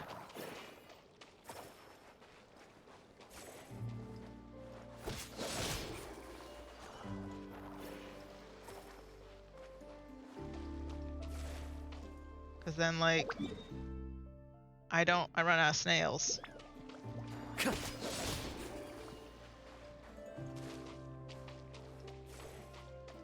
Yeah.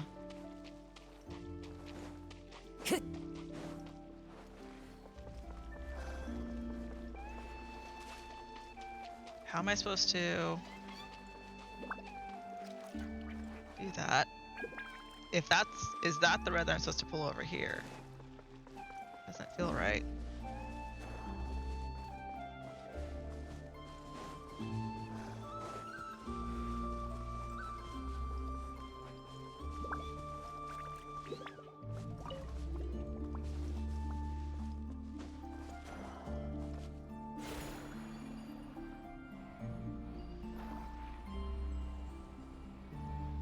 Maybe it is. Hold on.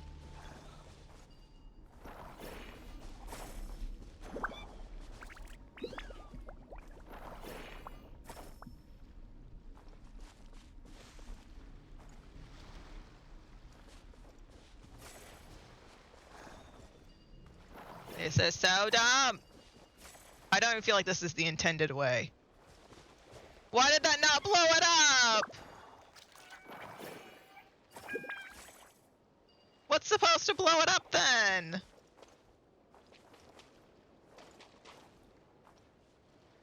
What the frig? That's actually stupid.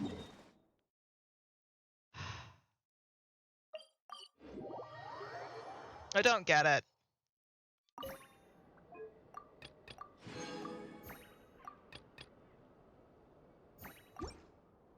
I don't understand.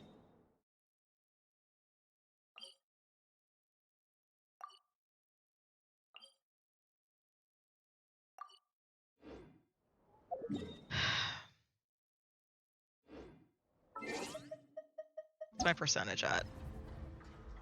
78.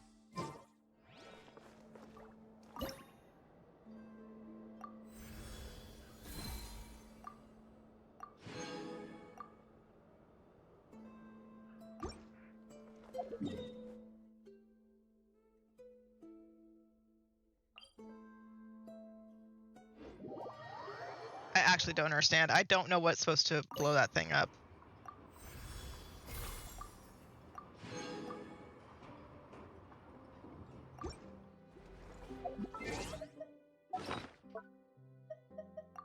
Because it should be obvious and it's not.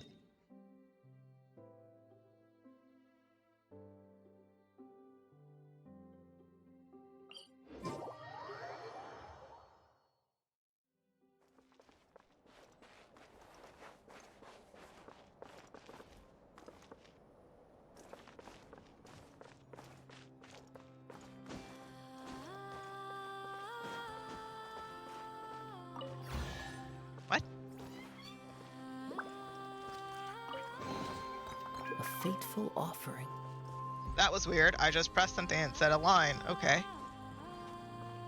Where are you going?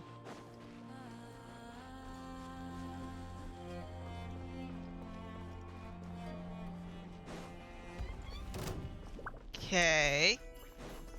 Sir, do you mind? I'm Bow busy. your head. Whatever grievance you have with me, you can take it up with somebody else.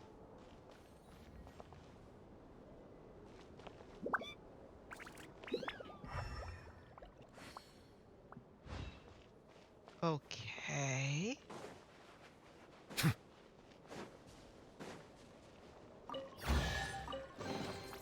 Abandoned property belongs to whoever finds it first. So Okay. it's legally yours now. There one over here.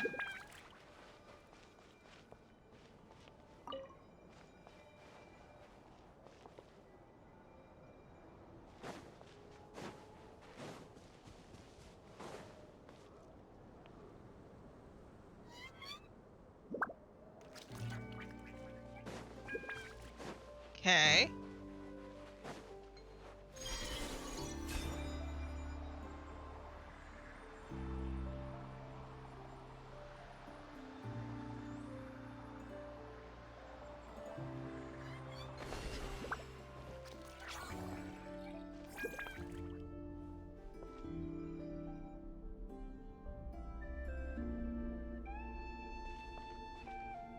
This section reminds me a lot of the game Journey. I don't know why, but it does.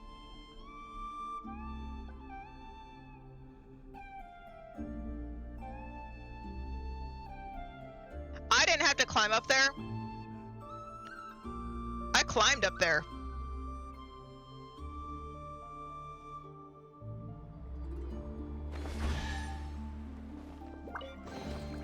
Abandoned property belongs to whoever finds it first. So it's legally yours now. Is there something here now? They pointed me at it. I don't think there's something here now. Because I still have one quest left for the island.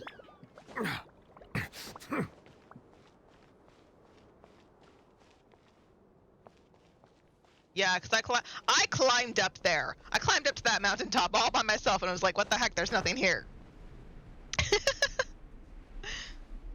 Okay, then.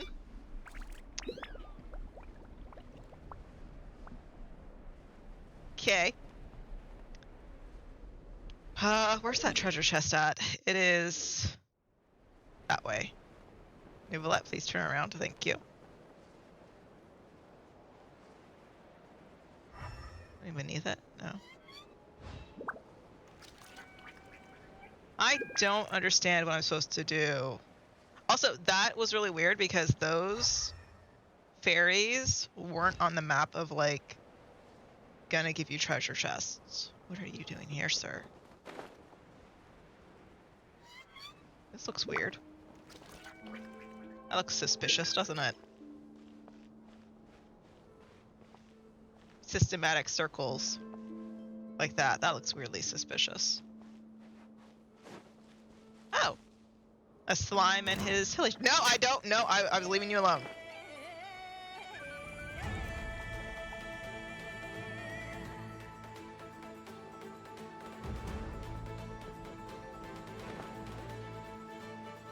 Oh, the hilly churl fell! Okay. Is there anything here now?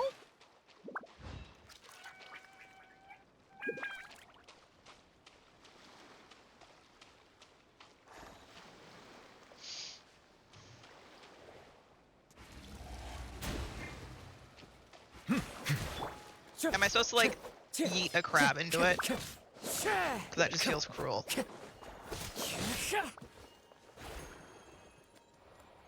I don't...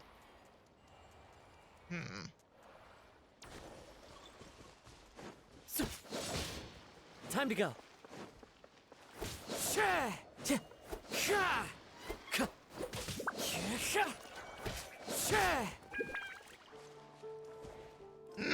I don't understand. Do the Google. Because, like, this is stupid.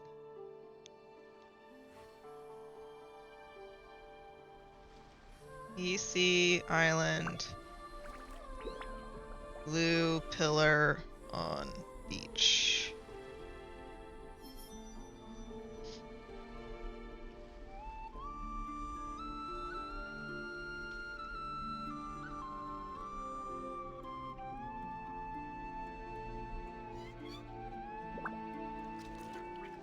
Hey, everyone's like, here's this YouTube crap. I don't want YouTube.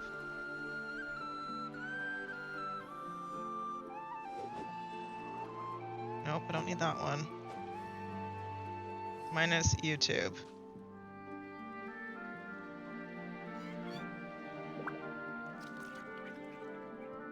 I don't want YouTube crap. Get out of here.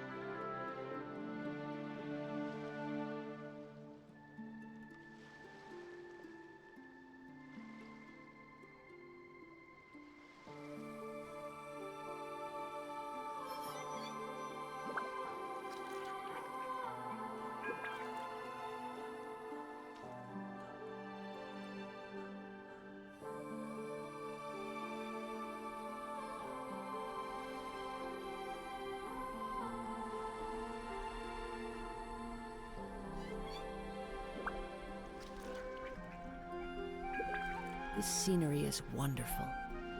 Surely enough to convince anyone to become a wanderer. So everyone on Reddit is saying that the Kuvaki crap is crap. Because of random glitches.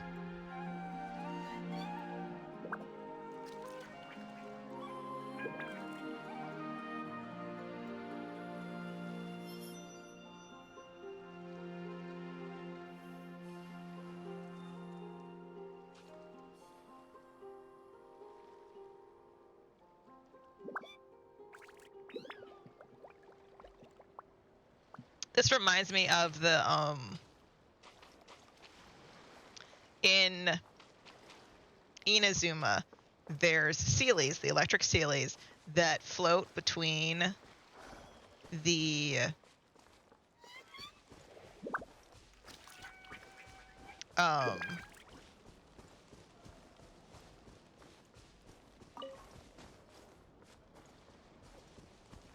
what are words? They float between the stuff. What was that? Oh, bird egg. Can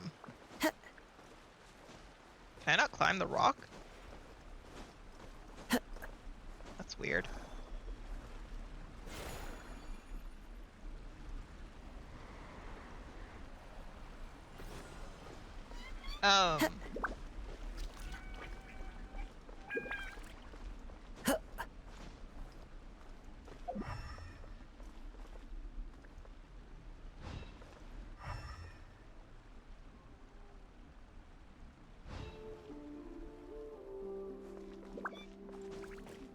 And you have to stand in a certain location and like hit activate with your electric powers to make them, what's that? To make it grab it. And oh, it's the building. And mine never would for some reason. I was trying to find that red Kavenki. And so I remember I was AFK, basically I was on Google, standing where I thought I could to try and like get the things to activate, because there's 3 of them and 2 are moving fast and 1 is moving slower.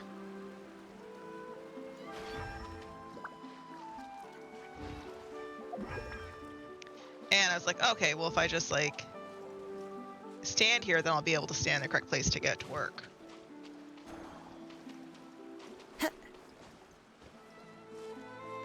And the answer is no, that's not correct.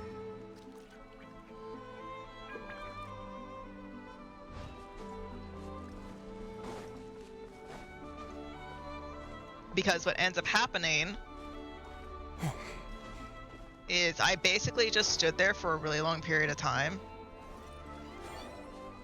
And I just stood there for so long while trying to Google the answer that it just happened to fix itself. Okay, the red one's gone.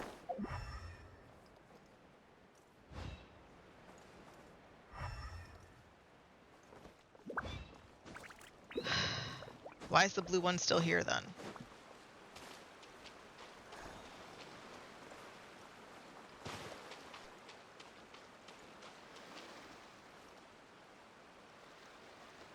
I don't understand. Time to go.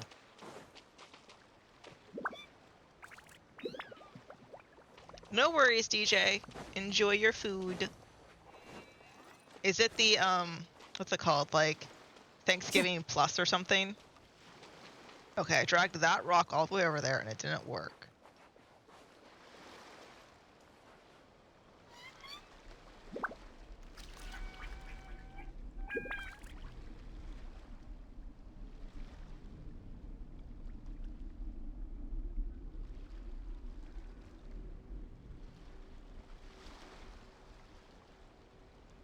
Wherever in this world I roam, I carry memories of my home.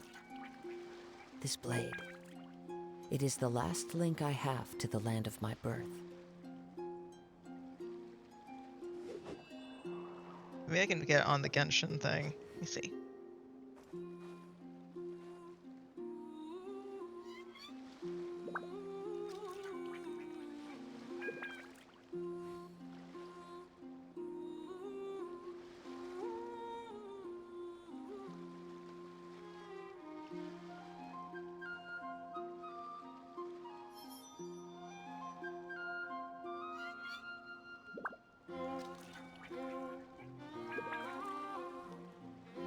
It is...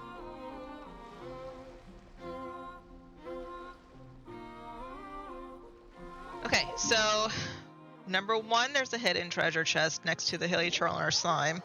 We need to kill the duo that are just hanging out peacefully, minding their own business. They apparently have a treasure chest if you kill them, so let's get that. Time to go.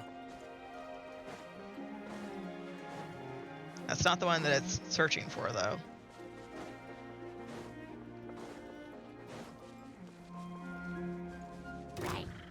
The wind knows me.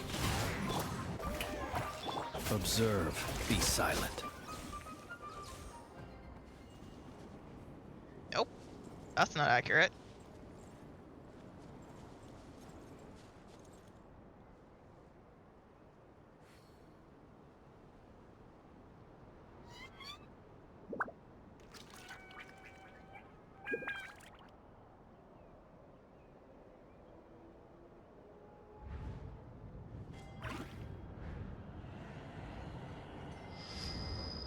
Okay, that's not accurate.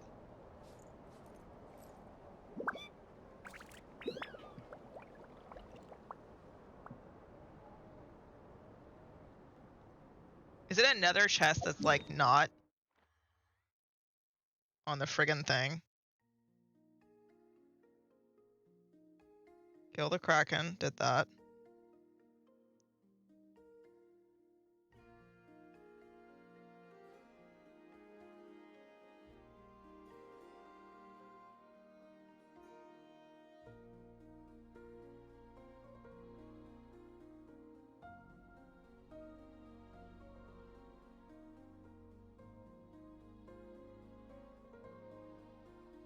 Why does the map not have it? Freaking stupid.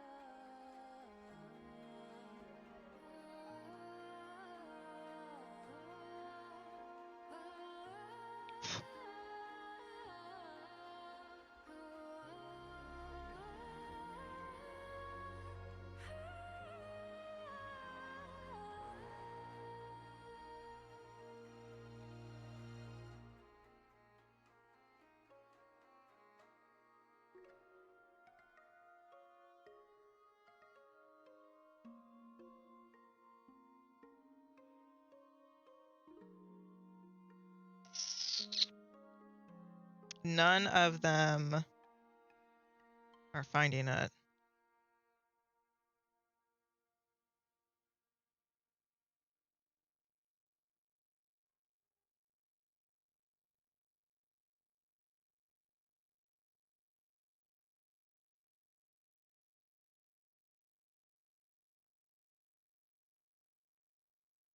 Don't care about that.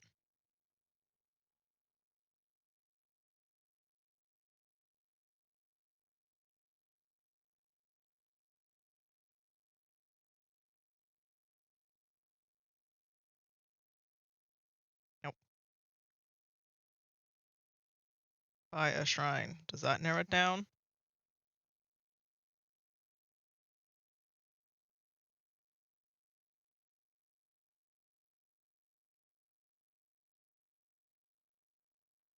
No.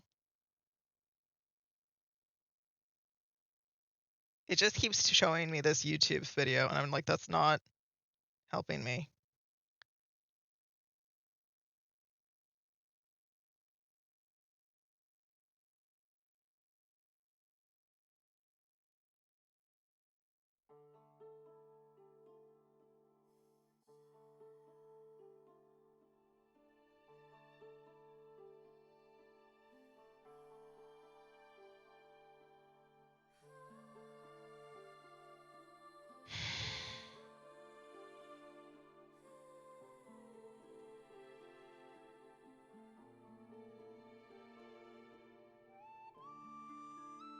Because now it's trying to say that I need the blue, that blue pillar one that I couldn't get the pillar to move. It's saying that I need to do that one, and that's not correct.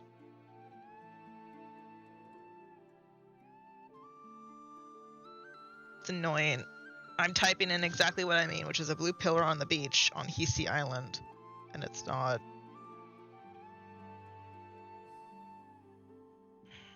So annoying.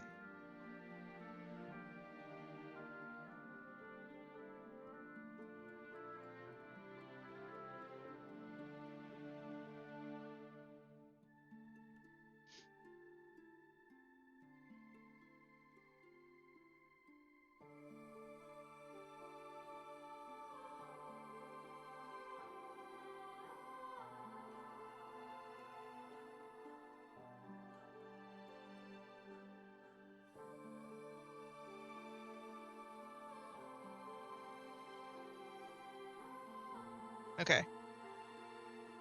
On the rock was number 55. Okay.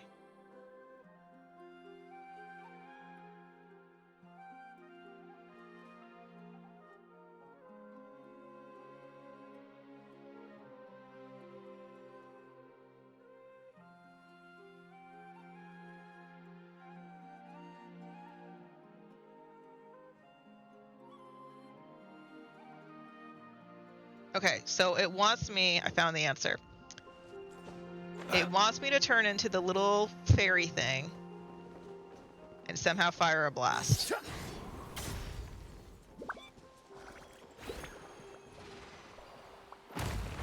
How did I don't know how that jump happened. That's stupid. Goodness, how the world has changed. Might I ask, when did the custom of placing treasure I don't know chests how in every that jump nook and happened cranny to come trigger into that. fashion? And I don't know why that chest is not even marked on the Genshin map. That's so stupid.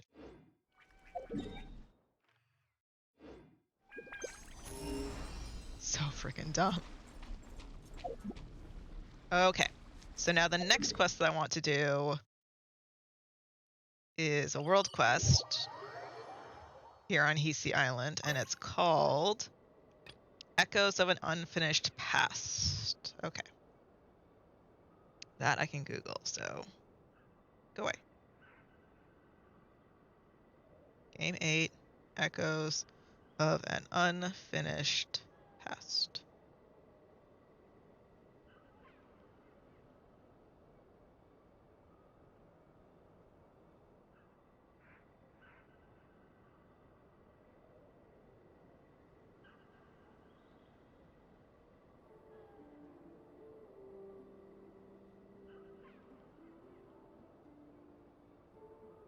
She's near a statue.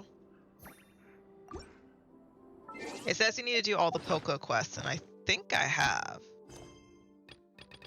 Oh, no. There, I have it right there. Perfect. Look at that. Oh, it's already in my thing, apparently. Nifty.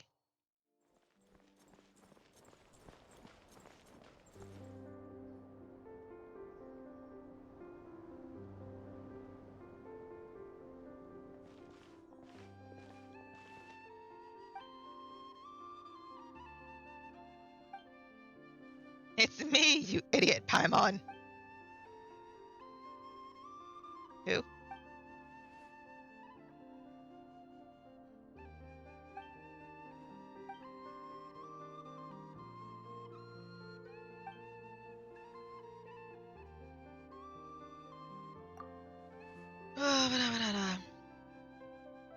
That's what we call fate. With her silver spindle, she weaves paths as one, whether they be the rich or the anyway, forget about that. The imposter.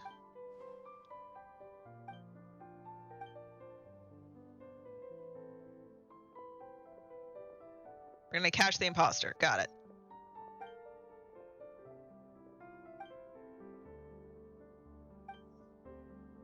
My super foolproof plan is to open the door so that we can catch her.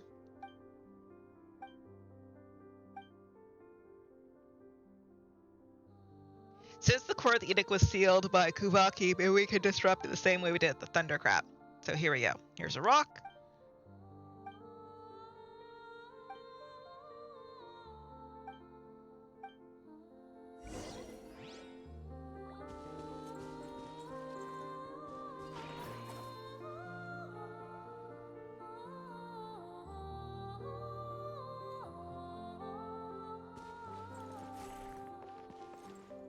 What am I throwing it at?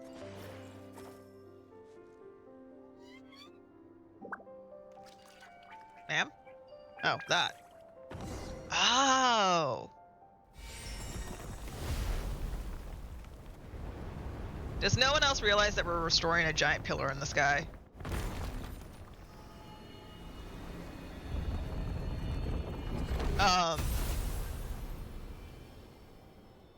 Okay.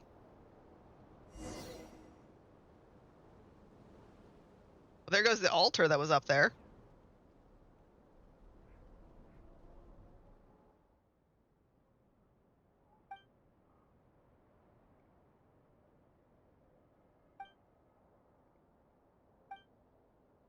Since the Moon Maiden has spun a silvery path for us, what awaits beyond the threshold must be... How did the rest of it go again? Anyway. Since the Moon Lane has appeared, it means our plan is working fine. All we need to do is follow the guidance of the Moon Goddess.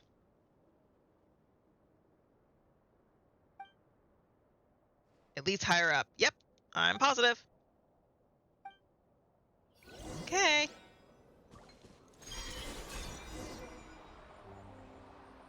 Follow the Moon Lane.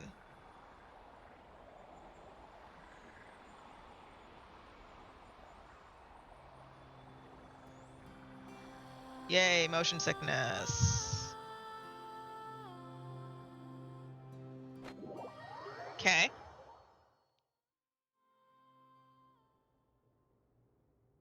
Verna, where are we? This doesn't really look like a sanctum.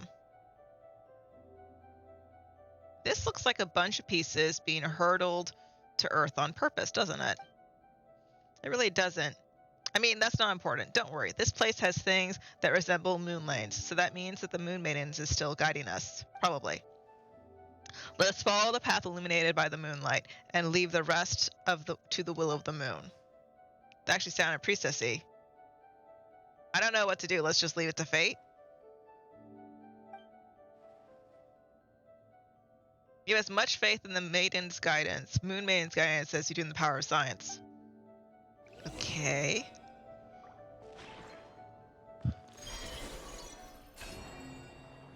Engraving, waking up identity, check starting, mode matching activated? That's very scientific sounding. Unknown life science detective calibrating fuzzy predictive something, no shadow something or other.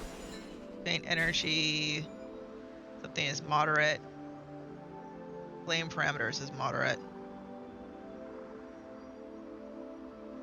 So this is an old computer? Seems? Maximum likelihood, conclusion, authorities, please stand by. That doesn't even stay there long enough for me to really read it. It's annoying.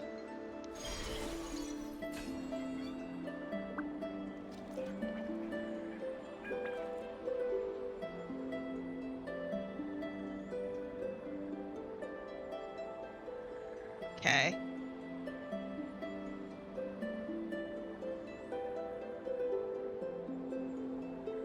What am I waiting for?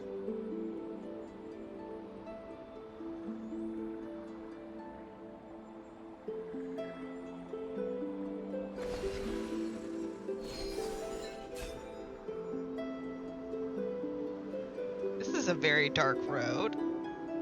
That's not creepy at all. Seal lifted, welcome, Master of Flame and Wisdom, Your Majesty Shinokadal? That sounds like a dragon name.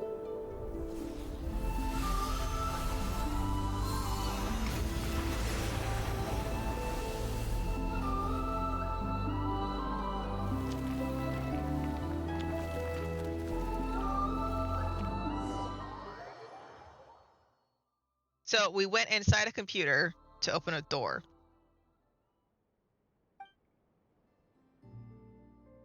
See, it worked. Yeah, sure. You got the most trustworthy priestess of the Frostmoon side. Yeah, sure. Proto, did you see where the suspicious intruders were headed? They went towards the court of the first edict. Check on the seal and inform the Lady Moonchanter. Causing trouble in the sacred lands of the Frostmoon. They've got a death wish. The only way they're getting out of this in one piece is if somehow Lady Kutar herself... Verna, you still want to tell us there's absolutely nothing to worry about? Yeah, that's right. There's absolutely nothing to worry about. Now that the seal's been opened, all we have to do is set a trap and wait for that imposter to walk right into our hands. There's absolutely everything to worry about. I'm sorry, I should never have messed with the seal. What do we do now? Help me. Yelling for help like a crybaby doesn't mean someone's magically going to save your butt. Exactly. Well, since the seal's broken, we might as well head inside and take a look. Okay. Perhaps these treasures might be of utility to you on your journey. Please, I insist.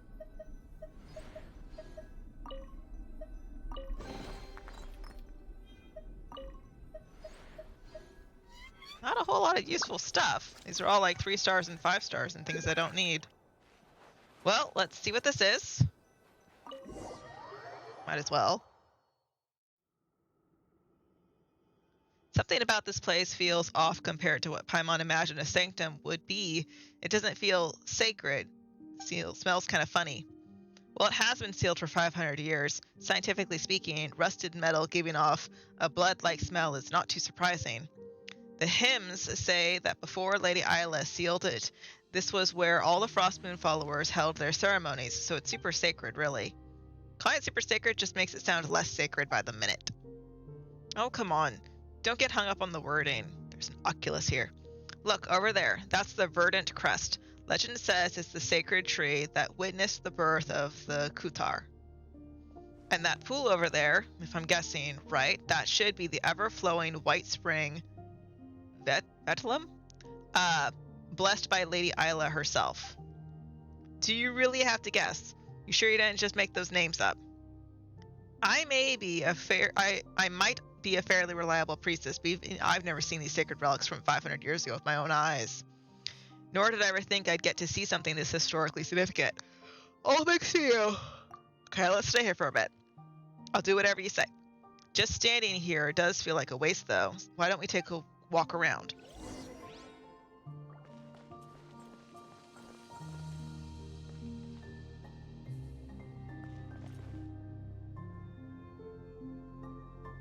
Is this part of the world tree? I think it is, because it's got like blue strands going up towards it. What's behind it? Interesting.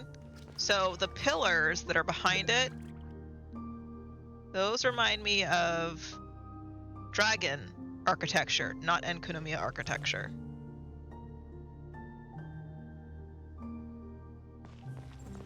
Interesting. Okay. Something beneath the water. Is that a sword? Why would there be a sword here? Wait, hold on. Could this be the ritual sword forged from the Hyperborean moonlight that Lady Isla supposedly left behind? Oh my god, if it's called Excalibur, I'm going to scream. The blade that was used to offer up the very first drop of blood under the new moon. It's a Kuhenki. Does it want us to follow it? It makes a golden path. That's cool.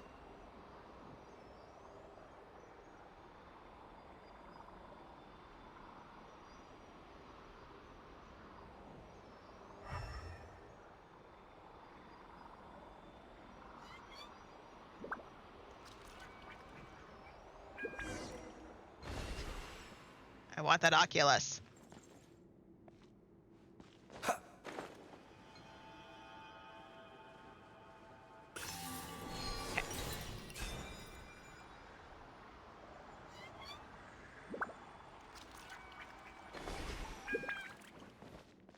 Are these statues glowing? No, they're just illuminated by the moonlight thingy. Huh. This looks like...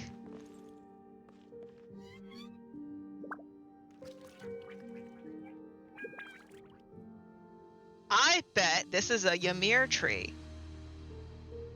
So in Dragonspine, the nation that was there that got nuked by the Celestial Spire, they talk about how they had a Ymir tree that had a bough.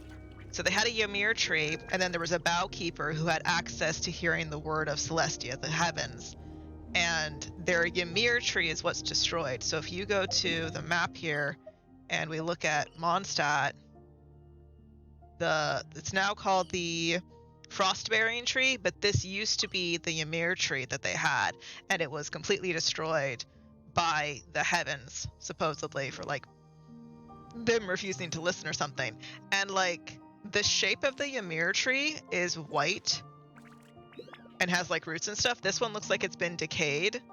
Obviously, like you can't see its roots anymore, like it's just in pieces. But the fact that like it's in a sanctum and blocked off from the rest of the world means that like Celestia People would have a ought not harder be so time sending a frightened of nuke to destroy ghosts. this Ymir tree. They are But they merely likely talking tried, shadows, and that's why it's chattering away in such a endlessly location. about their past affairs.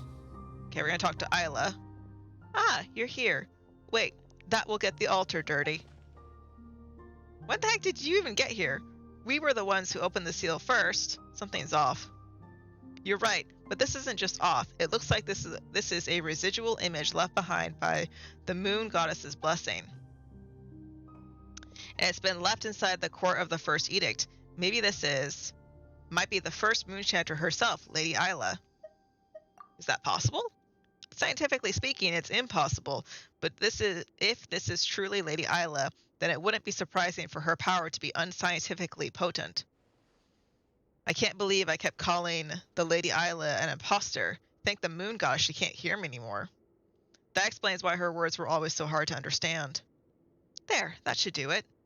This power, is the Lady Isla before us really just a lingering image? What did you do, Miss Isla?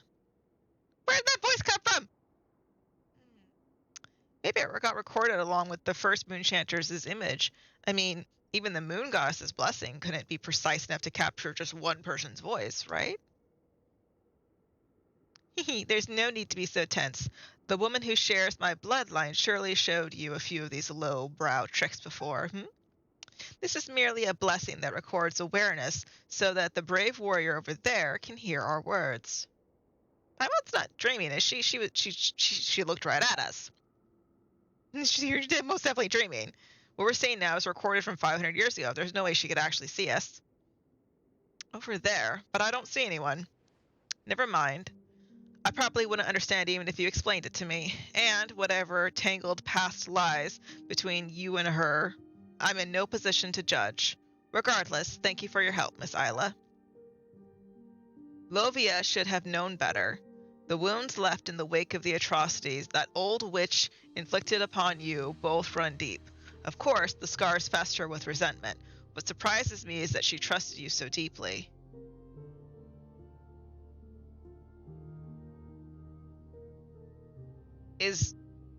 Hold on, who's Lovia?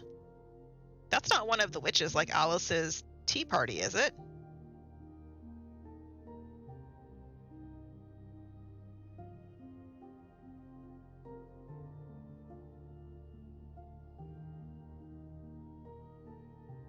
Lovia was the leader of the Frostmoon Scions and the last archpriestess since the fall of Hyperborea, but was stricken from memory for the sin of blasphemy.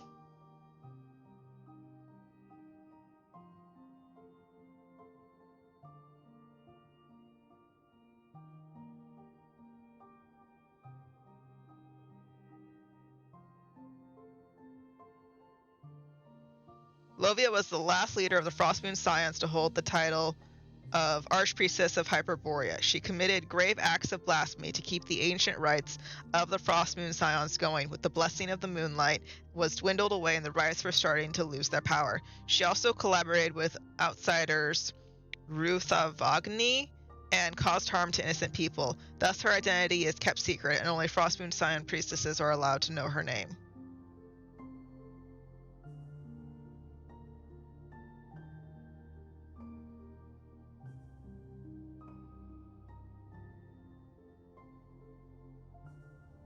Who's Rathvangi?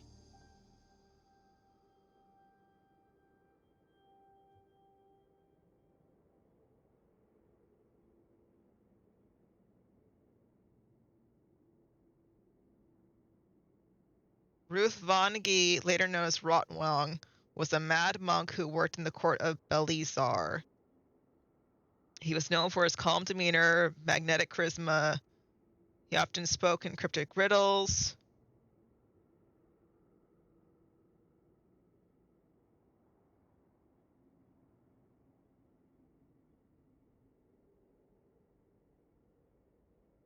He had an obsession with a pitch black Elysium.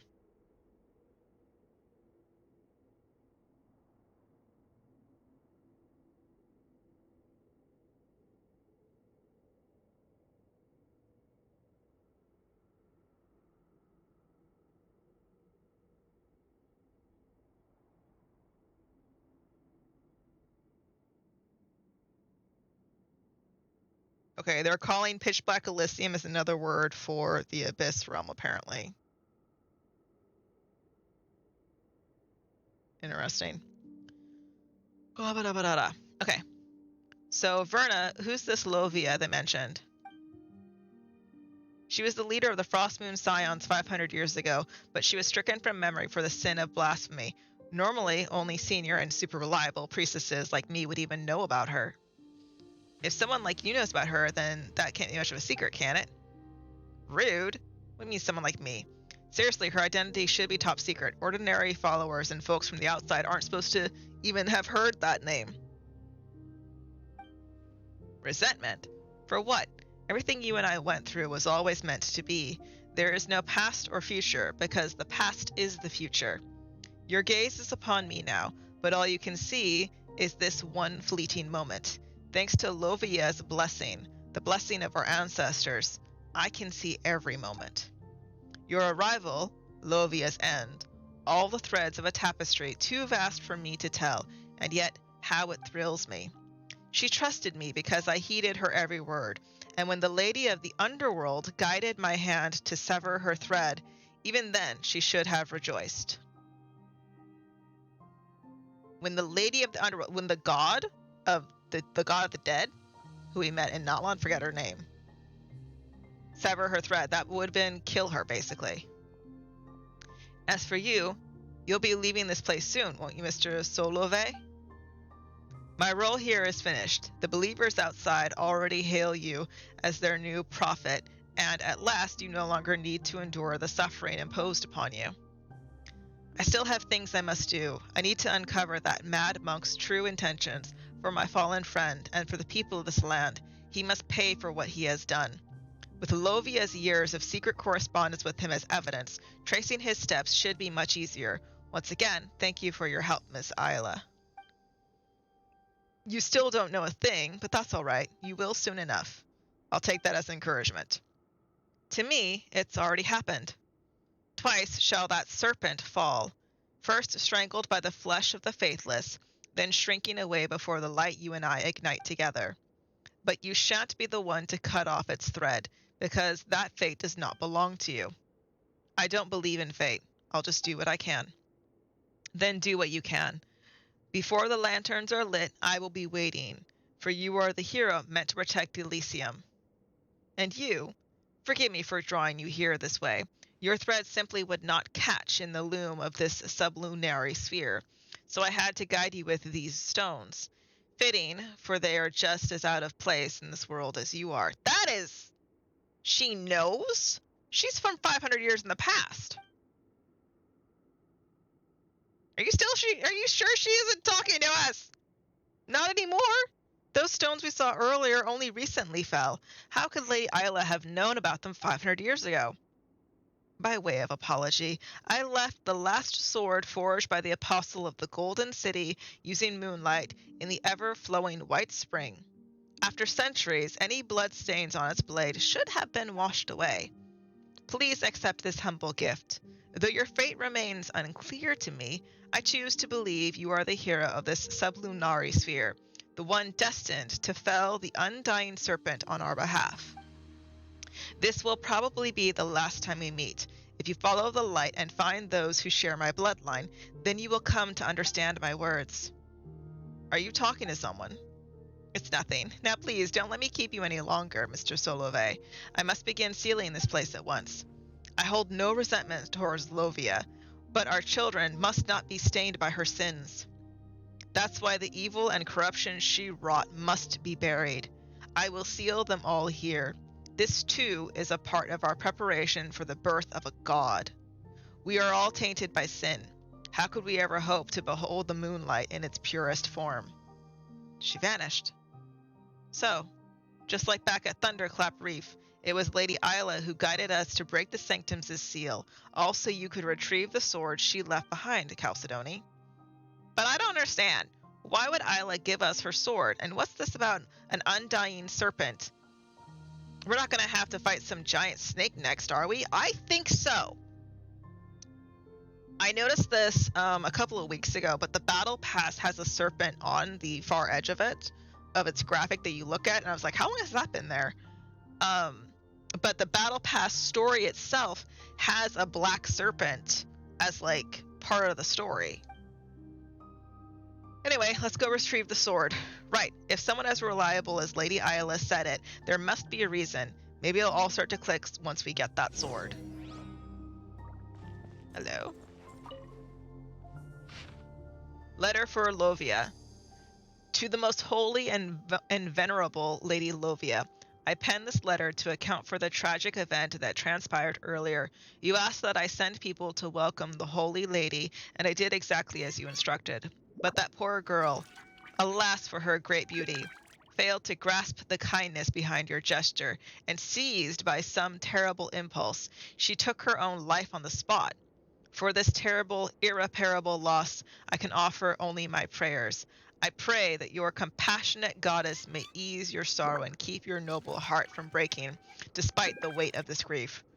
Regardless, the Sampo mill mentioned in your last letter, I am truly grateful for your openness and trust. Like you, I remain uninitiated in the true workings of this sacred relic. Yet on this matter, we are of one mind. We must find another way to rouse this ancient relic and forge a paradise, an Elysium of enduring prosperity for the people of Nodkrai, especially your noble kin. From this moment on, I shall dedicate myself wholly to uncovering the secrets that lie within the relic. As for the remaining matters, both more trivial and complex, I hope to discuss them at greater length with you soon. Until then, I ask that you accept these modest gifts as a small token of my regard and a gesture of sympathy for the loss that has touched your household. please know that I hold your noble character in the highest esteem. Even at the court of His Majesty the Bailey Czar, it is rare to encounter a lady of such uncommon foresight and deep devotion to the greater good as yourself, not to mention one who so willingly places the well-being of the nation and her people above personal sentiment. Our positions, interests, and aspirations are most closely aligned. As such, I greatly look forward to our future joint endeavors. Your ever steadfast friend and ally, Rotwong. Okay.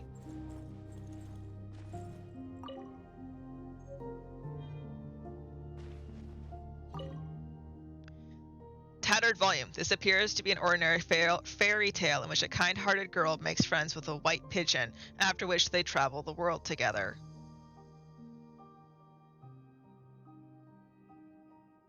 That sounds like me. I, a traveler, I'm not a girl, I'm a boy.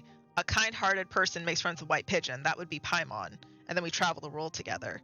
Is this talking about my twin makes friends with Paimon and travels the world together? Some of the pages have been torn out for reasons unknown, and the ink has almost completely faded. The cover has beautiful golden words inscribed on it. Kitsegrad Publishing House. Okay. Ancient volume. According to the teachings left by the Apostle of the Golden City, all matters must be governed by reason alone, untainted by sentiment, for mortal tongues cannot articulate the sacred mysteries, and frail emotion will only profane the words of the ancestors. In service of a pure and exalted ideal, for the future of the scions of the far north, these actions are as justified as they are necessary. This decree has been approved by Lovia, humble handmaiden of the Frost Moon and the Archpriestess since the fall of Hyperborea. Decree, some number, alternative plan for the Sacred Heir's selection. All of the content that follows has been erased and cannot be read. In accordance with the teachings of the Apostle of the Golden City, all matters concerning craftsmanship and sacred rites must be recorded without the taint of personal sentiment, for mortal tongues cannot articulate the sacred mysteries, and frail emotion would only profane the words of our ancestors. Do not seek to understand what lies beyond mortal intellect. Simply recite the ancient prayers with a sincere heart, so that the purity of the blessings may endure. This decree was issued by Sorende, Saredni, humble handmaiden of the Frost Moon and the 13th Archpriestess since the fall of Hyperborea. It is not to be defied. In the name of the Mistress of the Frost Moon, the ancient laws, once obscure and difficult to understand, are now set forth in clear and concise terms, lest the faithful falter or be led astray. Decree number 3, Elysium and the prophecy of the sacred heir. Let the children of Hyperborea guard their sacred bloodline from defilement, for the heir of Elysium is destined to one day arrive. It is hereby forbidden to marry one's closest kin. That is to say, no union shall be permitted between blood relatives. It is forbidden to enter into marriage with someone from a clan that has committed blasphemy. It is forbidden to enter into marriage with someone from a clan that has taken the life of an innocent. It is forbidden to enter into marriage with someone from a clan that has broken its oath. It is forbidden to enter into marriage with someone from a clan that does not bear an antlered crown. It is forbidden to enter into a marriage with someone from a clan that has committed parricide. It is forbidden to enter into a marriage with any person disturbed of mind. It is forbidden to enter into marriage with the descendants of the Fae. It is forbidden to enter into marriage with a person not of the faith. It is forbidden to enter into marriage with an outlander. Marriage is a most sacred act of virtue and must be kept pure. Therefore, let no unclean act stain our bloodline. Let no action be taken to incur the displeasure of the Mistress of the Frost Moon, and let no one betray their oaths. Whosoever enters into marriage must first obtain the permission and blessings of the Archpriestess, lest a curse befall their bloodline. Said curse shall plague their bloodline for 7 generations and then for 7 more. Whosoever breaks this oath shall have their horns severed with a silver blade. They who have been marked thus shall be cast into the long, lightless night. Hear now the ancient prophecy. In the fullness of time, Elysium shall come, and with it the sovereign ordained to rule over it shall also appear. The false sevenfold radiance of the high heavens shall fall at her feet, and the bones of the earth shall rise to follow her. The false sevenfold radiance of the high heavens.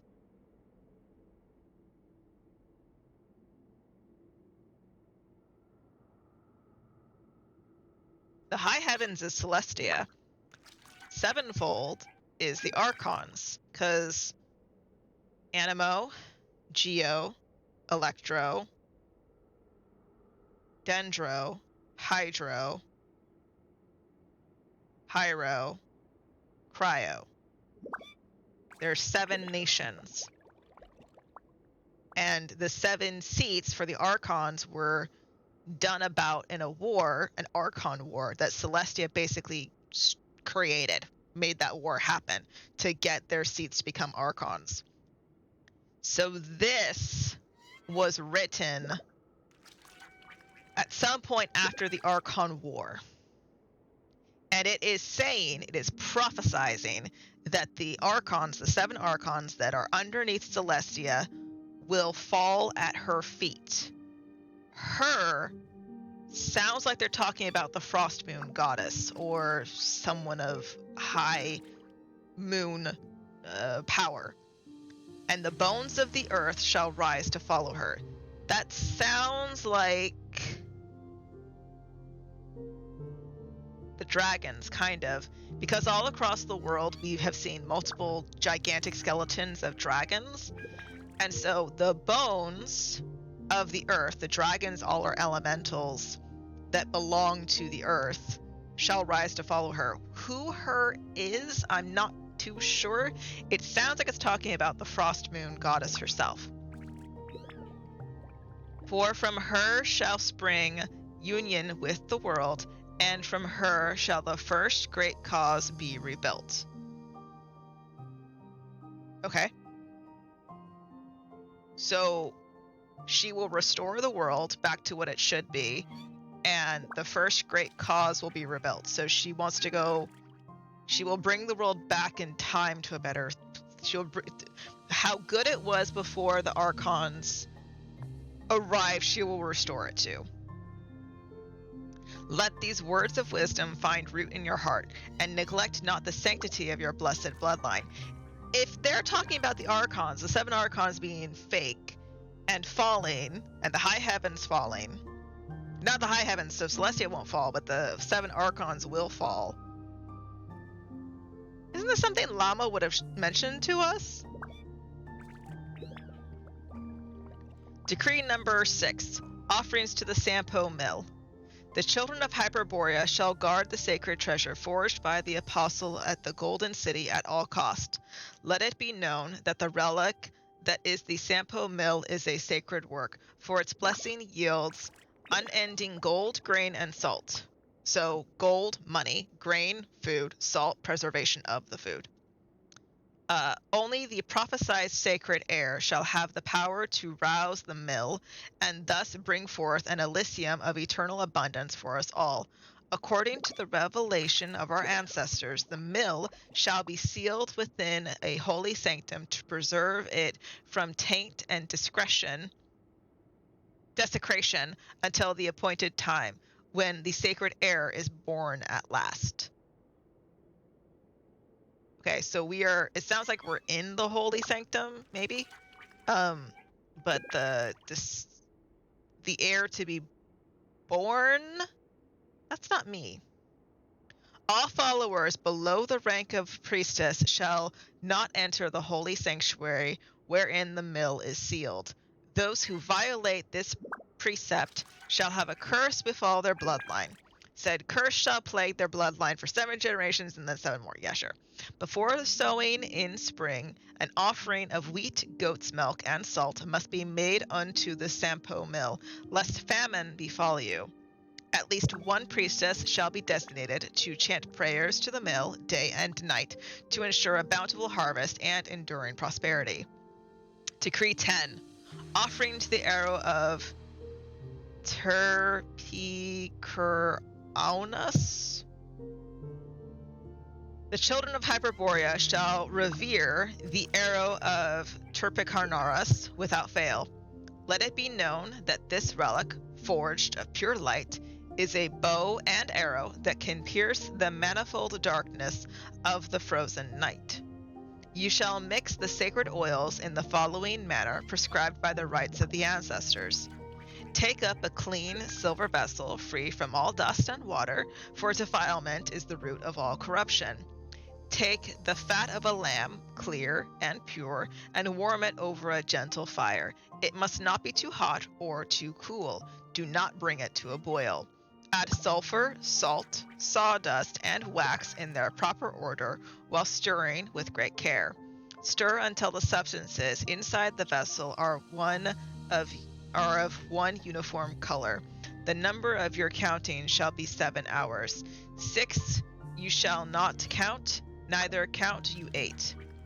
Accepting that you should count to 7, 5 and 9 are right out. Then anoint your bow and arrows with the holy oil, and your arrows shall snuff out the pitch-black foe, shattering them like plates of silver.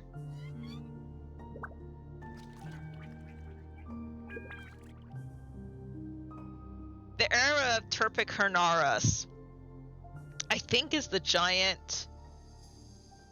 some kind of weapon designed to attack the abyss monsters, because that is pitch black foe. I don't think we've seen it.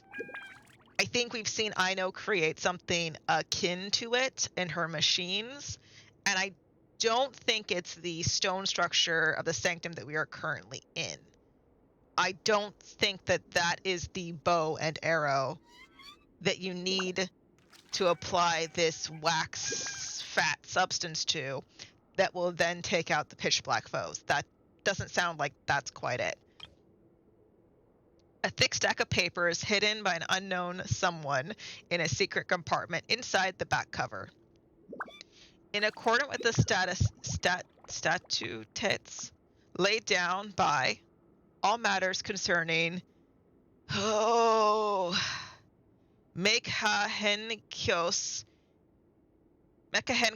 and Tenkinkos, Mekhanakos and Teknakos. Mekhanakos, Teknakos. Tech shall be recorded objectively, concisely, and untainted by personal sentiment. Thus shall we guard against the distortion of truth via subjectivity, that the knowledge we possess may be transmitted with clarity to future generations and serve the welfare of our people to the fullest possible extent. The contents of this document have been approved by the Spargapiris of Haxatharusa. All members of the order, beginning with the executive priests, shall commit its contents to memory and observe the prescribed procedures without deviation until the reconstruction of civilization has reached 5/7 completion. For further details, consult Technos Manual 1-330.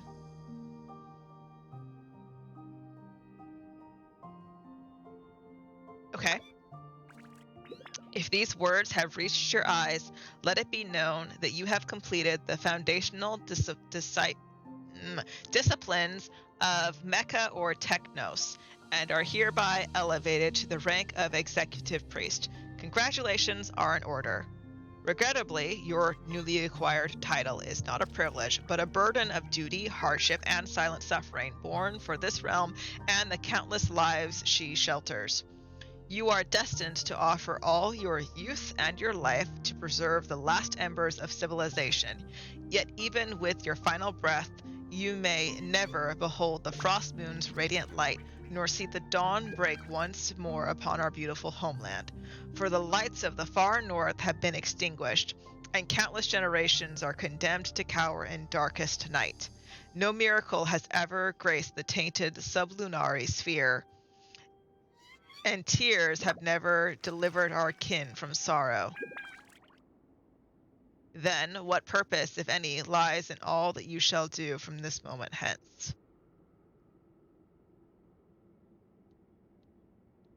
The lights of the far north have been extinguished.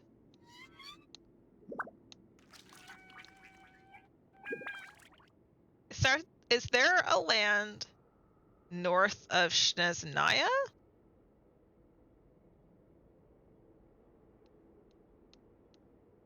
Okay. I suppose then it is for an ethereal dream, a dream of countless tomorrows, for an infinity of futures yet unborn. Only through our blood, our tears, and our toil shall our children be granted the chance to behold the glorious era and the lost Elysium we once knew. On that day, none shall weep for suffering, nor fear hunger or cold. All beings shall love one another as brothers and sisters, and all shall dwell in joy and peace.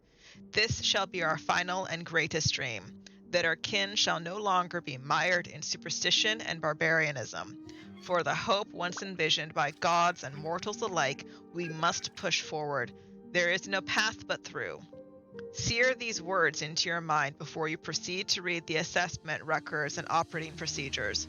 Hold fast to our dream of tomorrow, and let not its light be dimmed by the dust of neglect. Sparagipris of Haxarothros, acting archpriestess of Hyperborea. Acting archpriestess. So that was written before Hyperborea was destroyed, probably right as it was destroyed. Protocol number 3. Final evaluation on bloodline selection and purification. Upon evaluation and confirmation by the acting archpriestess and the senior executive technic priestess, the Seed of Life project from Hyperborea era. The Seed of Life project from the Hyperborea era, so henceforth referred to as the Sacred Air Project, has been deemed to no longer be viable within the bounds of its original planned parameters. The priest who led the project, Vinda of Hith-Am-Thrausa, has passed beyond, and the essential technos process and mechanekos apparatuses required for its continuation were lost in the fall of Hyperborea. These include, but are not limited to, the process of cutting and modification, the process of creation and reconstruction, the and process, which were of the Fae, the adaptive editing process.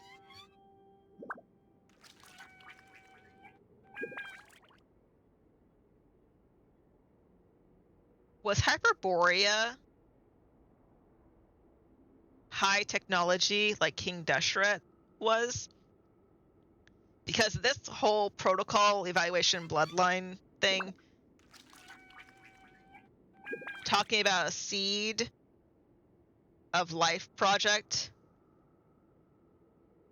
it's either like what we have in the real world where we have a really cold area to try and preserve seeds in the case of like a virus comes and hits the modern wheat plant that we eat today. We need to be able to rebuild that plant. Is it that? Or is it like we're learning how to make life without a womb and semen and eggs? Sperm and eggs. Is it that kind of like hyper technology? I'm wondering if we ever go to Hyperborea, or if Hyperborea is what Snezhnaya became. Let me see. Hyperborea. Nope, not Bloom. Hyperborea.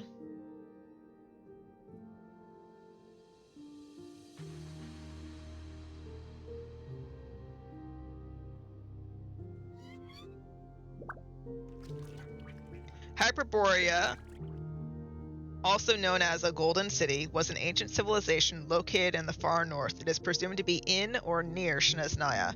Following the impact of one of the nails, the nukes from heaven, the city was apparently swallowed by the deep sea.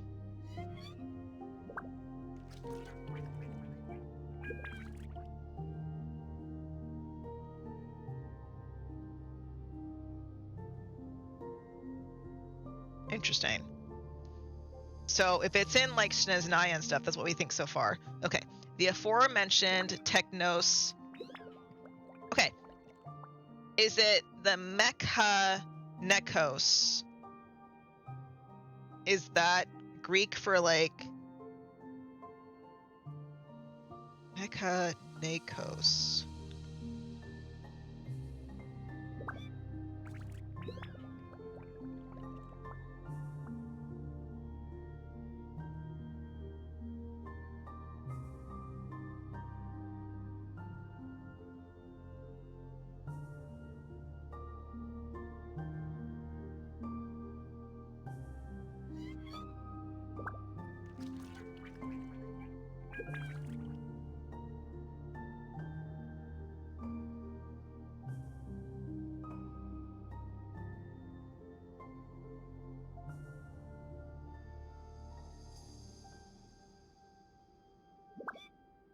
What does Mechanikos mean?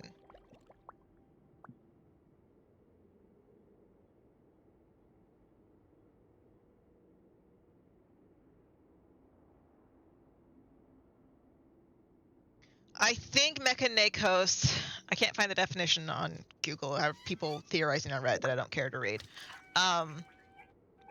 Considering in Fontaine we have mechakins, which are machines, because mech machines.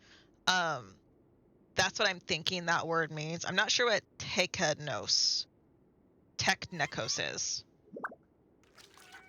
Maybe like a technology and mecha, I don't know. The aforementioned teknos processes are at present irreproducible. After due deliberation, the following alternative protocol has been deemed acceptable. The purification of existing is to be performed through controlled artificial selection using methods primitive and inefficient. The phenotypic stability of each generation shall be recorded. Then, from this data, the most suitable pairs for union shall be identified, and non-corrosive means employed to persuade the parties to join in union, aka marriage. Should persuasion fail to meet the criteria detailed in Teknesos' Manual 0-90, promptly proceed to the next priority match and continue in like fashion. To minimize risk of disease, the bloodline proximity index of all breeding pairs shall not exceed blank. Accordingly, no individuals shall be joined in union if they share a common ancestry within 5 generations. So they are controlling the population from extinction. This course of action is expected to yield outcomes approaching the original objective after successive generations of refinement and selection. At such time, the one prophesied, the newborn sacred heir shall arise, without the need for ritual implements, nor the forfeiture of their soul. This heir shall command the pure, unaltered elemental forces at will, and shall at last attain fusion with the world? Okay, I thought they were basically leading up to the creation of Lauma because she's special, but fusion with the world and world is capitalized? We've not seen that before. Why is world capitalized? Note, in light of the projected population growth and the limits of environmental carrying capacity, it is anticipated that the practice of widespread artificial breeding may be terminated after 7 generations. Therefore, limited intermarriage with select outlanders may then be sanctioned. Details in Teknikos Manual 1-1012. Furthermore, it is hereby affirmed that once the continuity of civilization has been assured, the descendants of the far north shall be granted the sovereign right to determine their own destinies. Protocol 4. The subatomic assembling mass energy patterning orb sealed. The project of constructing this supremely advanced Mechanicos construct was personally overseen by and is not fully understood at this time. It was designed to reconstruct matter at the subatomic scale or to transmute matter directly into stable energy, which would then be released in the form of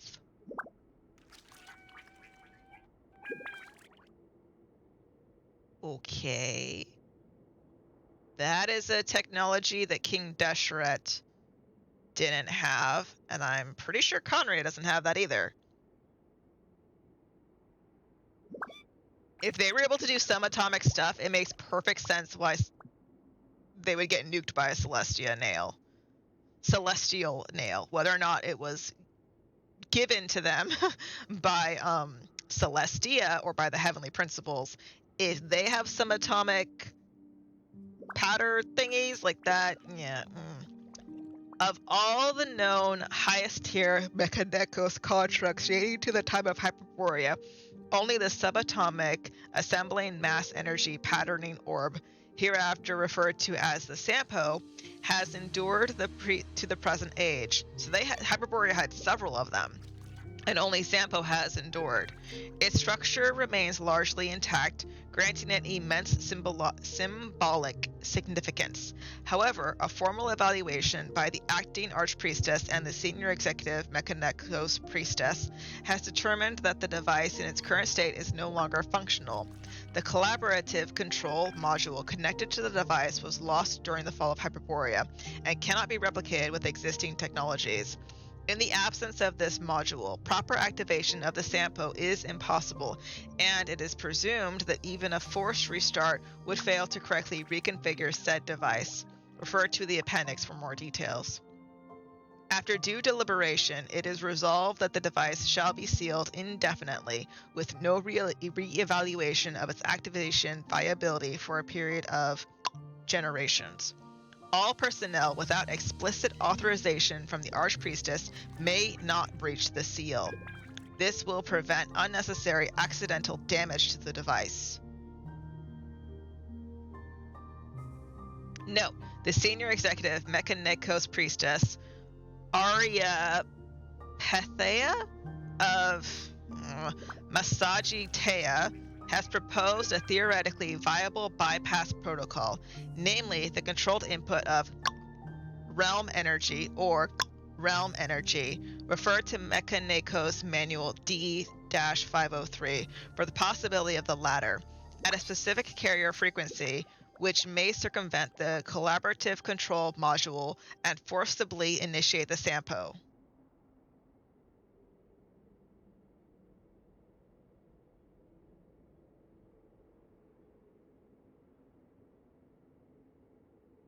Realm Energy 1, Realm Energy 2. The people who wrote this after the fall of Hyperborea, long time ago, were aware of the other two realms, of the Light Realm and the Void Realm, which is the Abyss Realm. They were aware of the other two realms. I would like to point out that if you have not played and remember and have access to the Three Realms Gateway event, you would not know about the Three Realms or the Fourth Realm. You would not know about those three realms because they are not specifically stated in game except for that one event. So that's interesting. That event took place back in Inazuma before we had the chasm. So that took place in year 2-3 of the game's release. So I don't believe we've had anything in the game that specifically says realm, light realm, human realm, void realm. it's always been other words such as abyss and things that would allude to, like the Narsian Crew's Ordo and stuff like that. But nothing actually said light realm, human realm, void realm. Nothing ever said that except for that event.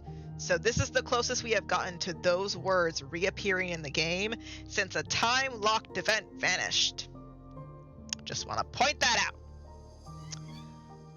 Upon formal evaluation, however, the proposed method was determined to pose unacceptable safety risks, with a probability of system destabilization and exceeding.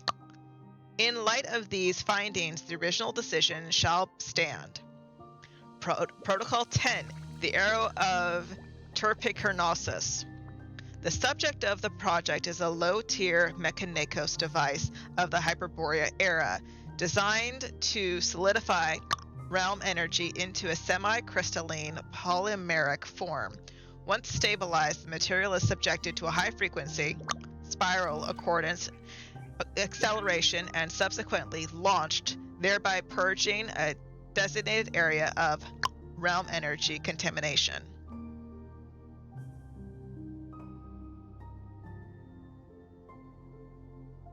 The subject of the project is a low-tier mechanical device from Hyperborea era designed to solidify probably light realm energy into a semi-crystalline polymeric form, so an arrow. Once stabilized, the material, the arrow, will be subject to a high frequency of some sort, acceleration, spiral, so spun around really fast, and will be launched, thereby purging a designated area of void realm energy contamination.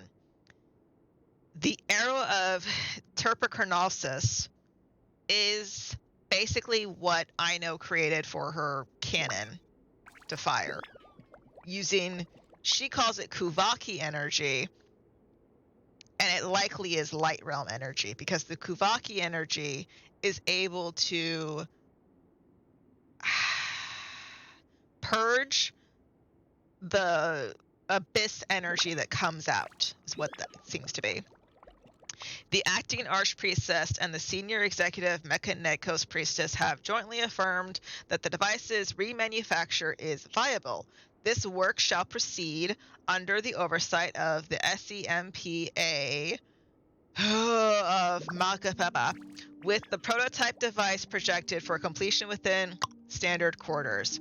Upon completion, the prototype apparatus shall be subject to regular lubrication with ointments to prevent avoidable safety incidents. Refer to Mechanikos Manual D306 for more details.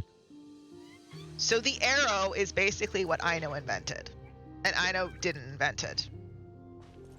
That's interesting. Okay, was it? So we have tattered volume, ancient volume, letter. Anything over here on this side? No. And then there's one more over here. Isla's notes. Oh, good God. I told a lie, just like Lovia did, and just like my sister did. I said no when Mr. Solove asked me if I felt any hate. But how can I put hatred in my heart into words? How would someone as kind and sincere as he ever understand such horrifying malice? No, I cannot think this way, and no one needs to know. Mr. Solove does not need to be troubled with such trivial things. No one is obliged to bear the weight of another's suffering, which they have not experienced. And even if he truly were willing to listen, and even if his kindness were to move him to tears, what would it change? I would only end up bringing needless pain to another tender heart. In the past, the present, and the future, across the countless threads of fate that Lovia once let me glimpse by mistake, the only ones who shed tears for the misfortunes of others are kind souls who ought to be smiling instead. And since the sublunary sphere has always been one where good is repaid with cruelty, the least I could do is spare him a sorrow that does him no good. Once upon a time, I despised lies, yet now I find myself speaking them with keen intent. Maybe the of the past dozen years or so has been punishment for this very moment. But that does not matter anymore. From the noble lady of Salt to the scions of Guru Bod's Jinni, There have been plenty of instances where the innocent have suffered the gravest of punishments, let alone a sinner as steeped in as I am. She knows about the god of salt that was killed and the Guru Bod's Jinni. Okay, so this definitely took place after the Archon War. And if it was sealed 500 years ago, how would she know about the god of salt? The god of salt died during the Archon War, and that was like 3,000 years ago, wasn't it? Ugh. If the silvery white thread, this is the timeline of Genshin is... I have a sneeze coming.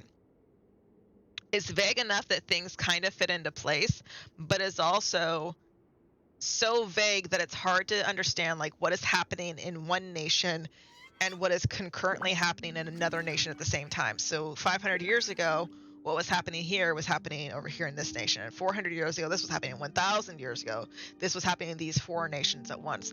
Like, they all have histories, and that's fine, but it's really hard to try and like put them on a world timeline together. If the silvery white thread has already found its way around my neck, I may as well bear the weight of still more unforgivable sins by myself, so that the children who remain untainted may be spared. What was born of the frost moon must return to it. All the walls, towers, fortresses, and temples must be torn down, save for the great pillar raised here by the Dragonborn, that is, the sacred sanctuary where our ancestors found refuge. Prolonged isolation and seclusion serve only to nourish fleeting ambitions and hollow delusions. Let it be reverence for nature, kindness toward other outlanders, and those virtues in which none believe, and not the pride of the dead which sets our threads apart from theirs. Only then will there never again be another Lovia, or another me. Okay.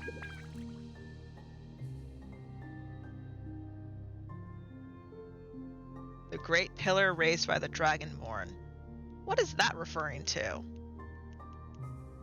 Did Nodkrai have a dragon ruling it?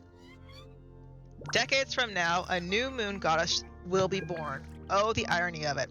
Lovia's long and desperate quest was, in the end, for nothing, even if had borne the sacred heir as foretold, and not the man who abducted my sister. The one who should have been our sovereign would have only created even greater chaos in Snezhnaya.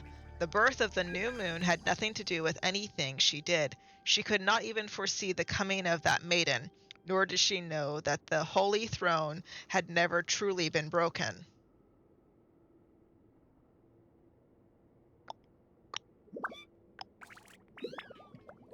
Okay. So Lovia was looking for the frost moon goddess to be reborn, and it never happened during her time period. And the testing, the controlled generation testing of the horned people of Hyperborea to create the special air, sacred air thing that's supposed to save them, created a man, I guess, the man who abducted her sister. The one who should have been our sovereign would only have created even greater chaos in Snezhnaya. So the one who should have been our sovereign would have created greater chaos in Snezhnaya. Is this the man? The man was going to be the heir, the sacred heir would have been the leader, and he was not allowed to become the leader of the Frost Moons, I guess? Okay, interesting. Not sure what they're talking about with the Holy Throne had never truly been broken.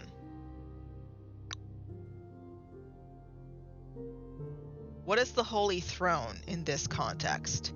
Is it talking about, like, did Nodkrai have a seat, a throne at Celestia? even though it's a borderland? I do not know if I will live to see that moment, for my own thread is hidden from my sight, but I pray that I will not. Those tainted by sin do not deserve to witness the moon's pure light. In any case, people must come to believe that the new moon takes delight in only kindness, friendship, and mutual aid, that no other prayer or sacrifice will ever please our goddess. Okay, that makes sense, because when Kutad appears, at that time period, she was displeased with the moon, frost moon scions at the time, and she left them. She abandoned them because they were basically trying to use her for getting power out of her.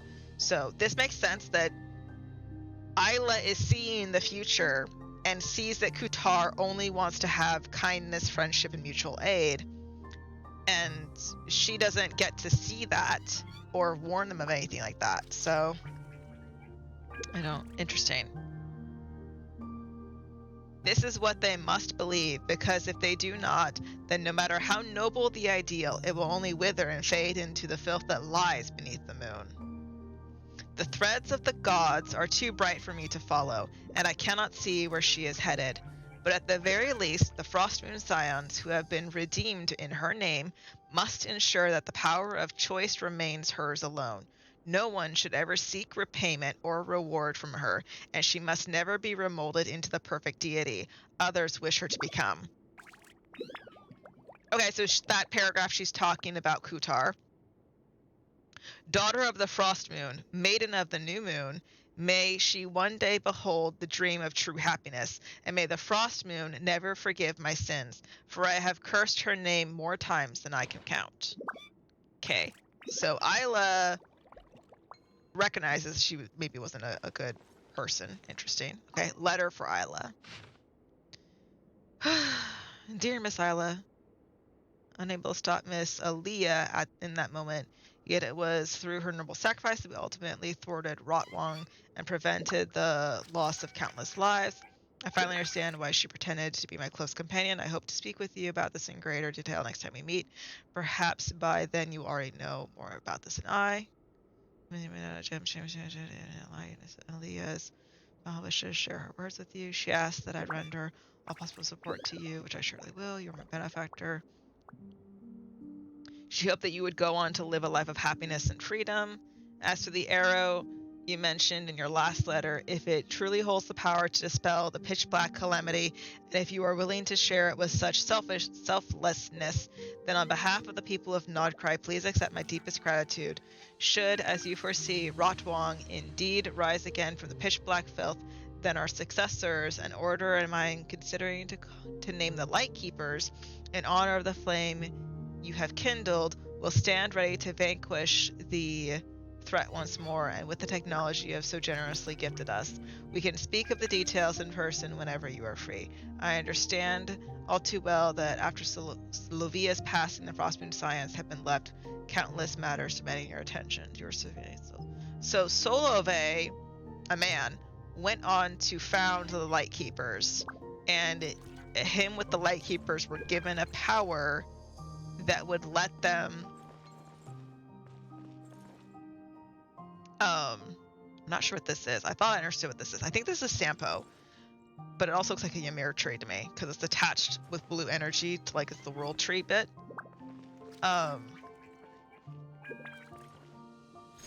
Interesting. Very interesting. Where are we going?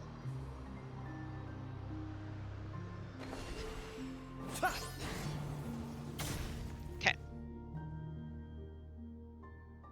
This makes me the sword Isla was talking about. Did you figure anything out? Paimon, run. The power in the sword is overflowing. The sword looks cool.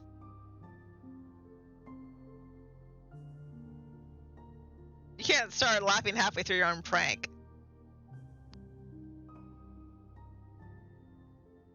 But if we hang around too long, Earn Ruth, Uncle Crota, and the others will find the entrance.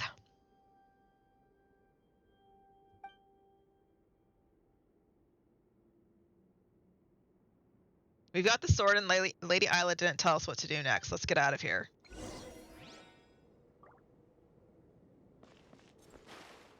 Moon Weaver's Dawn.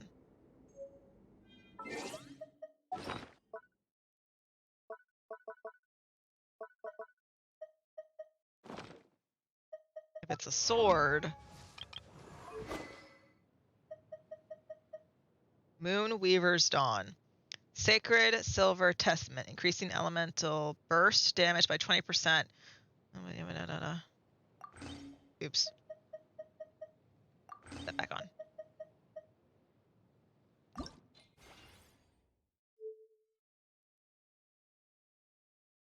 An immaculate, sharp silver sword that can slice through armor like moonlight flowing through the empty night. According to legend, it is a divine blade blessed by the first moon chanter herself. Cool.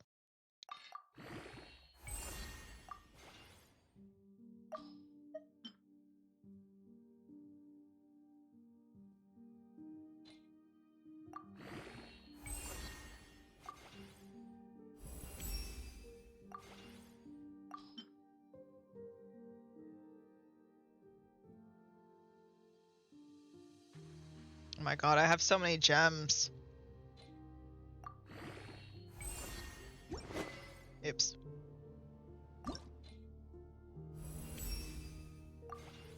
What was that thing that hold on. What was the thing that I wanted? Was that the Conrian pieces?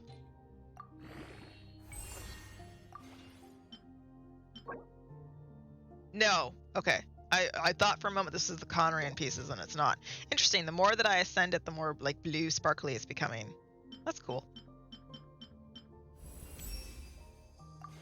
Interesting.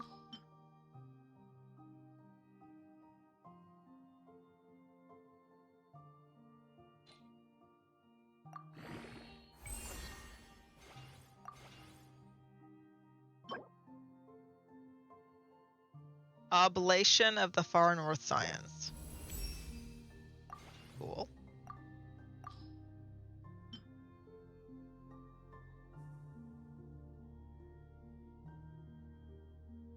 My god, I don't need any of these gems.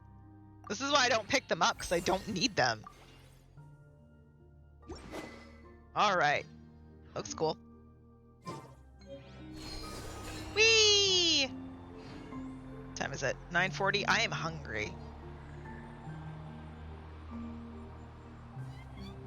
That's totally a mirror tree, and it's attached to the world tree. Like, the more I look at it. Like, it doesn't quite look like the world tree, but it's... Is this the right way? No.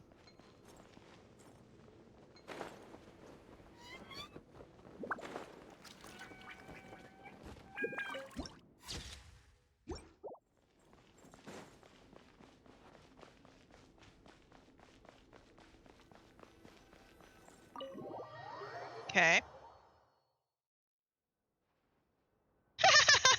The treasure chest stuff is still out here. Weren't they hot on our trail?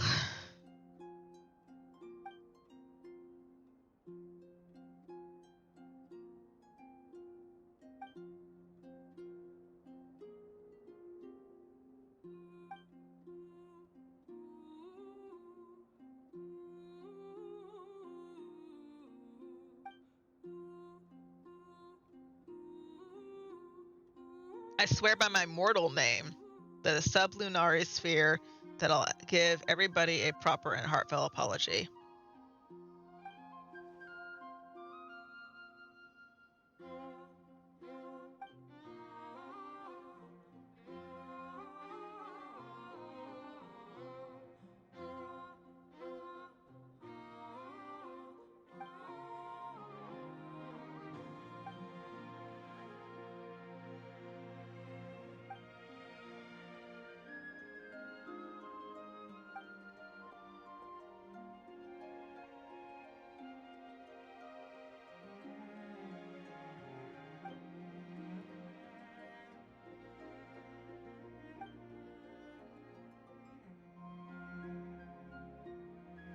Lady Moonshaner wants to see you. Oh. As a priestess, you acted without permission, broke the rules, and tampered with taboos. Aside from outright murder, you flouted every major law we have. Now come, or would you rather the Lady Moonchanter come fetch you herself?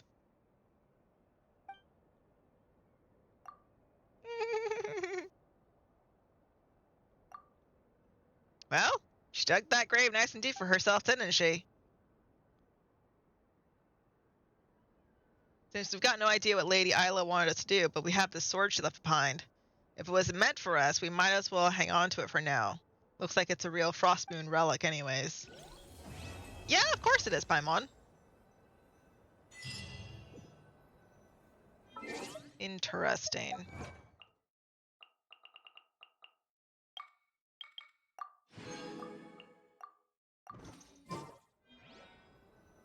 Can I re-enter if I want to? I can. Why is it gold?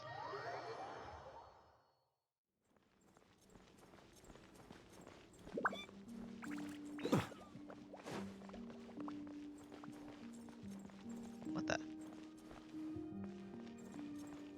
was that dramatic step down? That was weird. I guess if you, like, need to see something in here, you could. Or if you wanted to, like, read the stuff. Well, also to get the Vista point.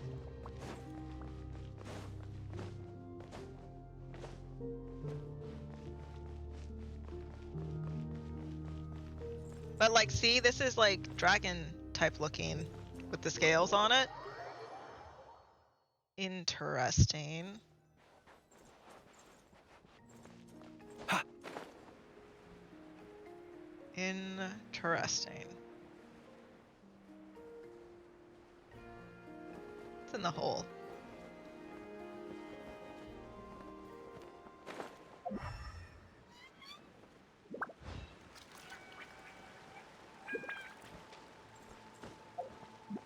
Oh my god. I wasn't in combat when I clicked it. That's rude. See you Shit. at the graveyard. See, like, this is a dragon marking right here. Okay. Wait, what's this way?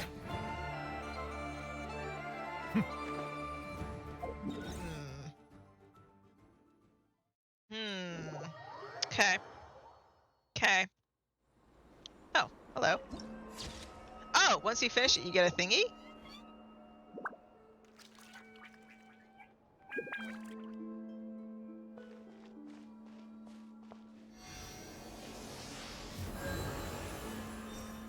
That was a weird sound.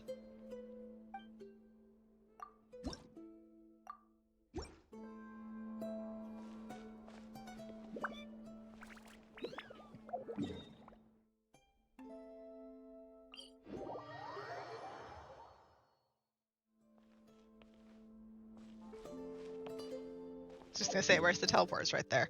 Can I go to the top of it again? Let me see.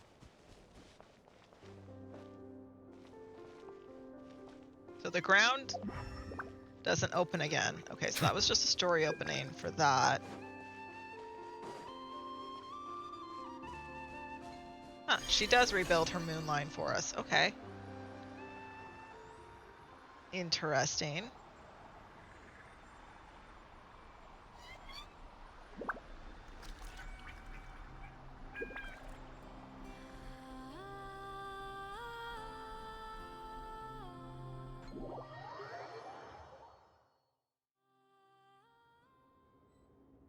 Oh.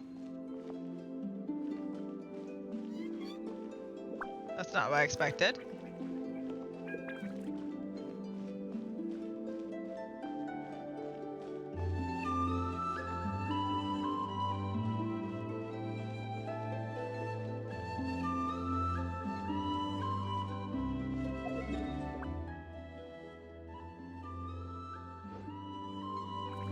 Okay.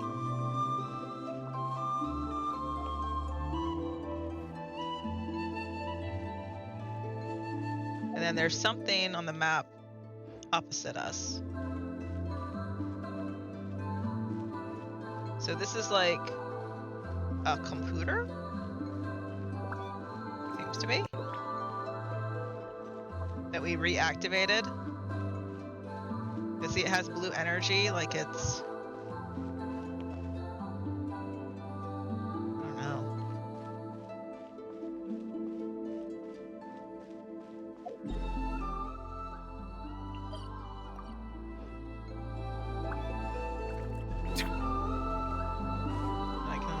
walk onto here in this one? I can. Okay. Can I walk on it? I can. I can. I can. Okay.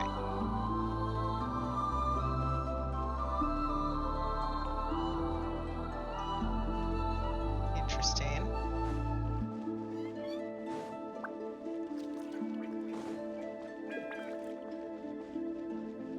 I gotta admit, I think I was expecting this to be more Spiral Abyssy. And it's not.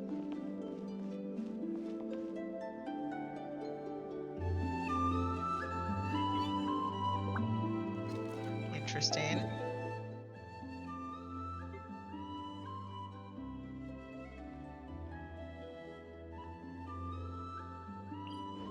Okay, so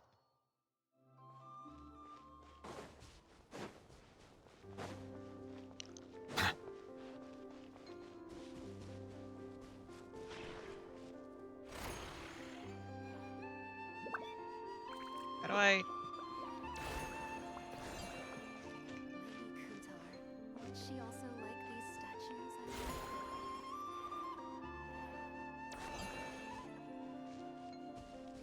Go away. Go away. Oh my god, it won't go away.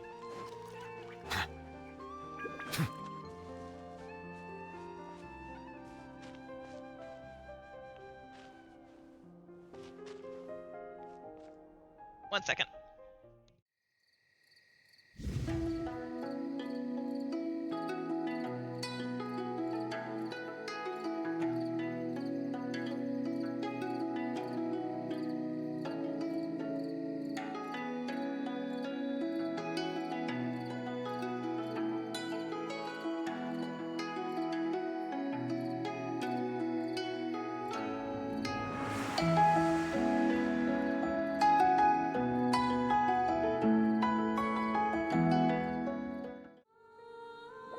I tell someone that my thing is December 6th, and I get a call being like, hey, I thought you were going to your thing today. And I'm like, no.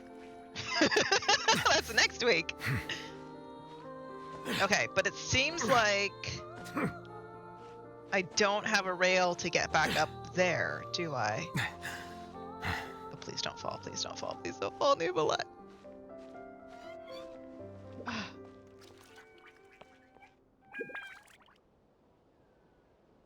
How did I get up there before? It wasn't that rail, it was something else.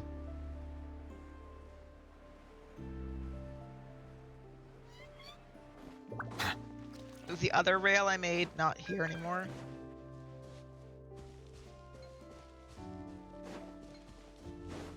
I had another one that I had made.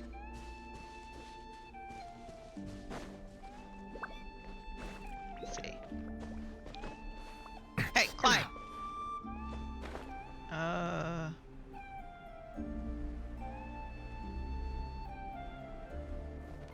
They were like right here.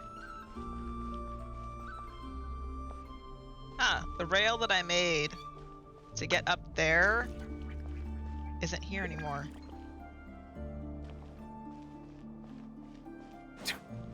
That's interesting.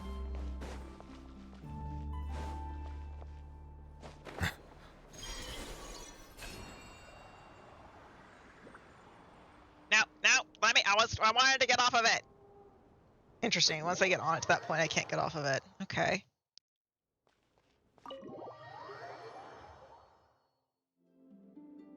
What the? Where am I now? Oh, I'm here.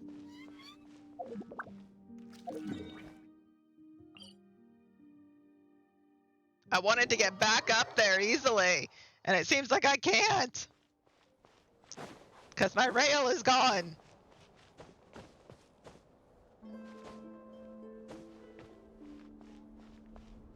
You know, one thing that never got answered for me is the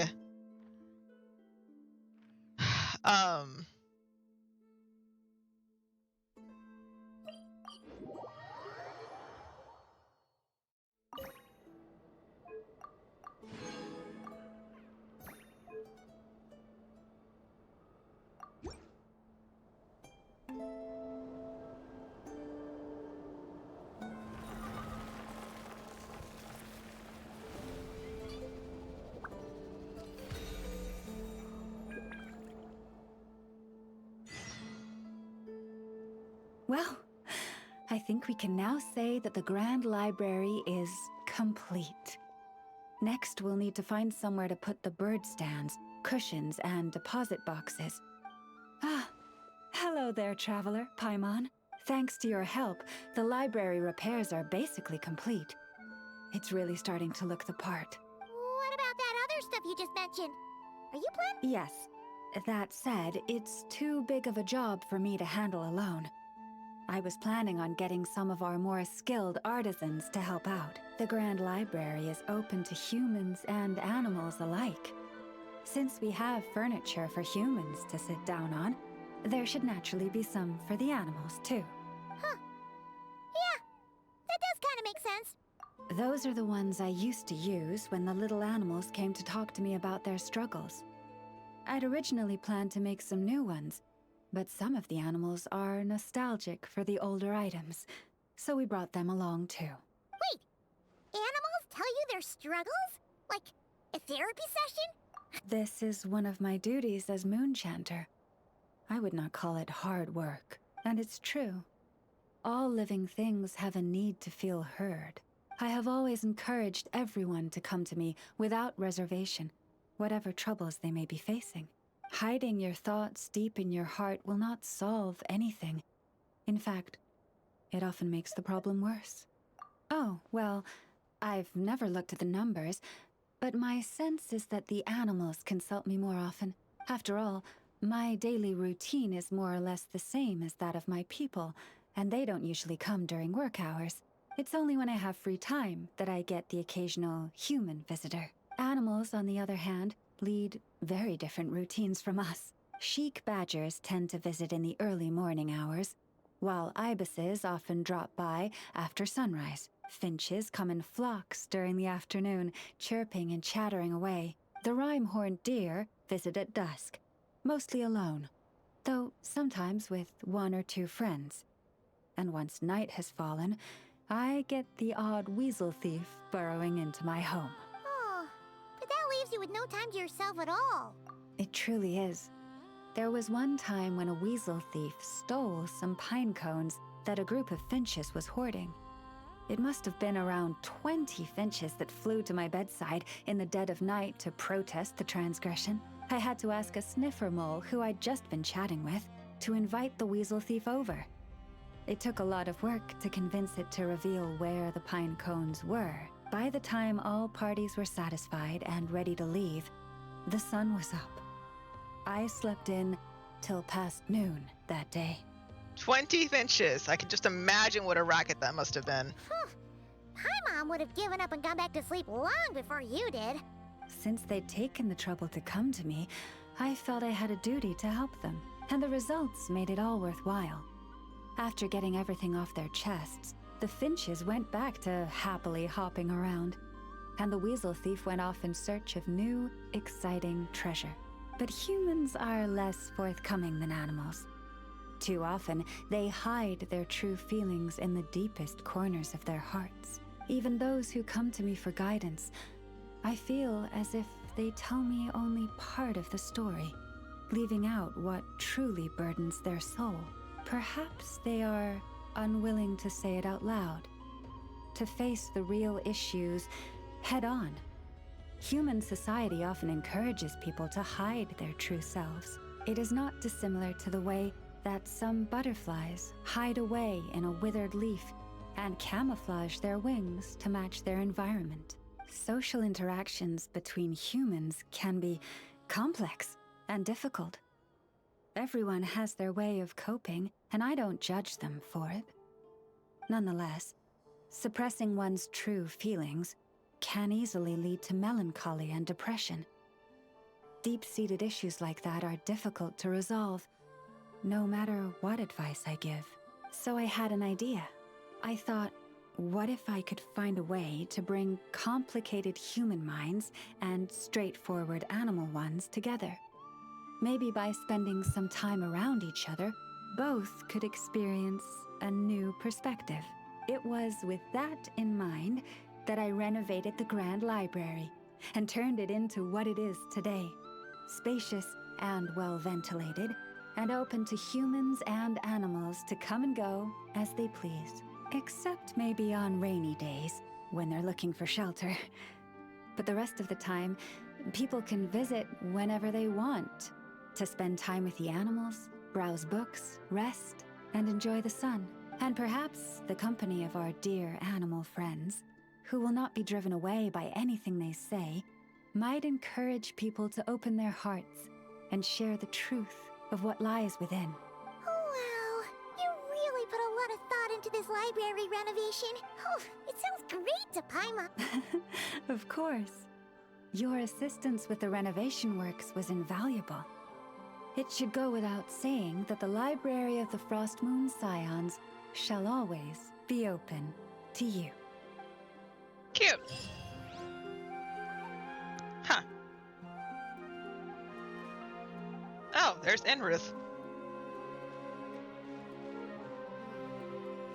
Hello?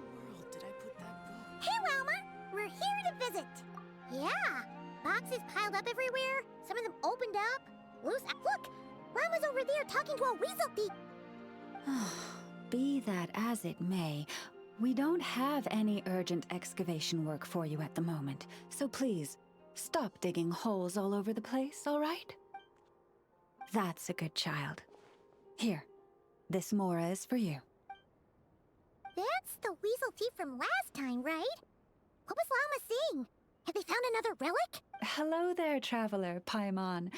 Welcome to the library. Is there anything I can help you with? No.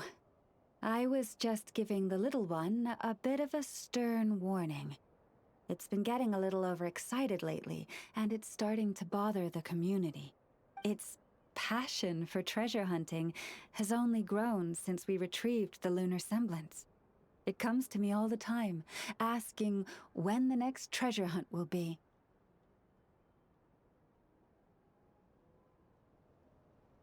I keep repeating that we now have more than enough documents and relics in our library to occupy our research.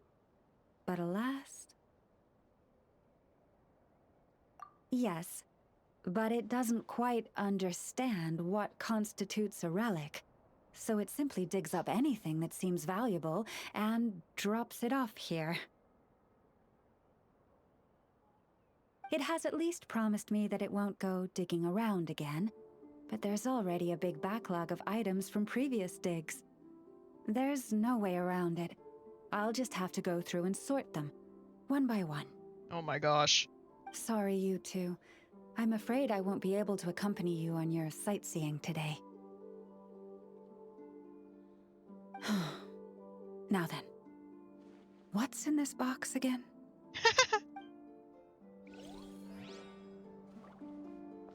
Interesting little bonus scene. That was cute.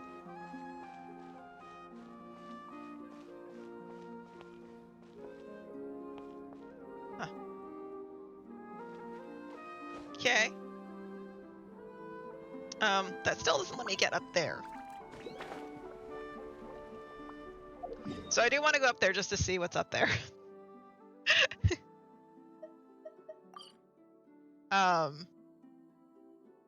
Enclave reward available. Can you talk to it again?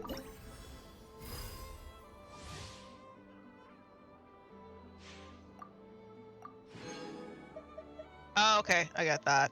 Then I get the statue too. Cool.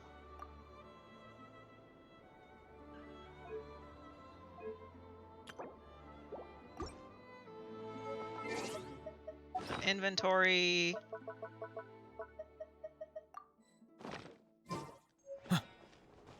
Oh, let me check Paimon's shop to make sure I've done that stuff before. I don't have Lisa done? That's weird. I thought I had Lisa done already. Did I get this done? I think I did. It's not the top. Yeah, I did. Okay. Achievements.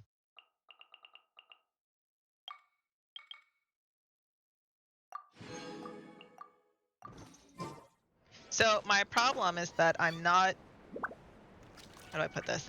I'm hungry, but I'm also not because I have had a cup of chocolate milk, so I have liquid in my stomach. So the liquid is making it so there's no room for the food. 79%. Oh my gosh. Oh, do I have enough for the... Where is that? Where are they?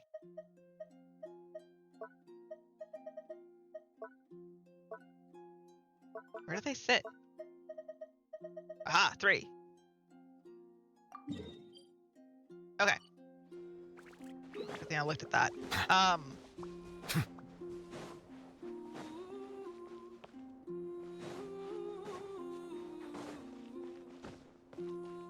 So yeah, I'm hungry, but I'm like, there she is.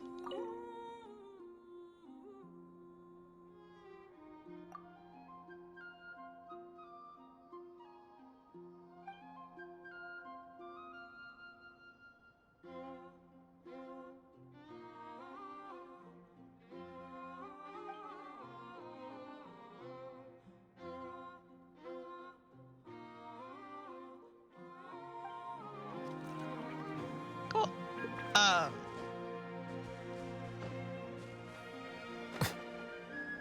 I need to get up and get a I don't know if I want to do ibuprofen or if I want to do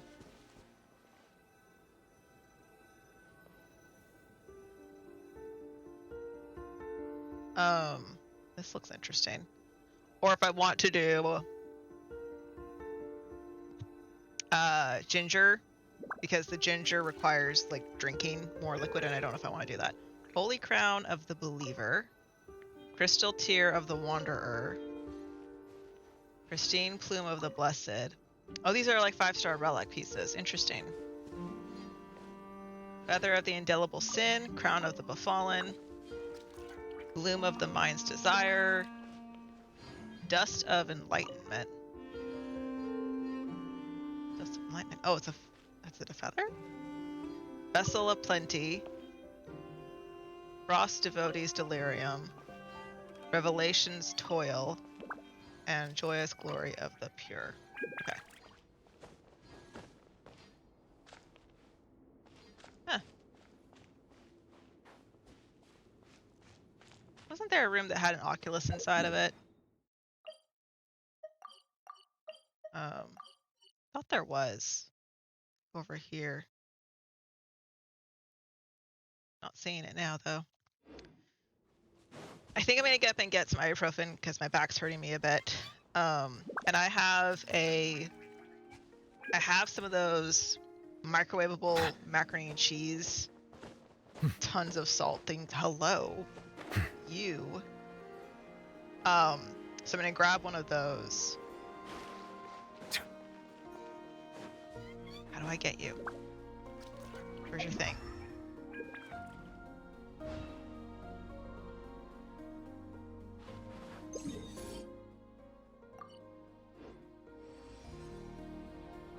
Yeah, I see that, but how do I? Where's the thing?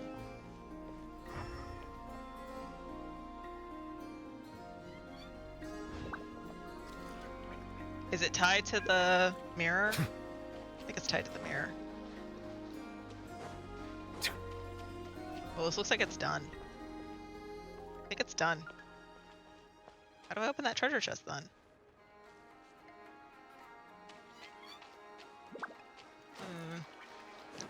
But I think that's what I'll do is I'll go grab some macaroni and cheese, snack on that, and I will grab my Switch controllers. I'm pretty sure they're done charging. Poop. Thought I could grab that. Is it above me?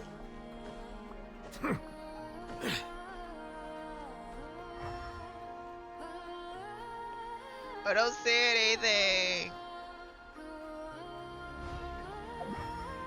Oh, wait. I see it. Is this? Yes, okay. How do I... Where's the thing? No! Okay. I need to do something to get a thing so I can grab the magnesis. That's so annoying. That's why I thought it was attached to one of the fairies, but I don't. Poop. Oh, wait.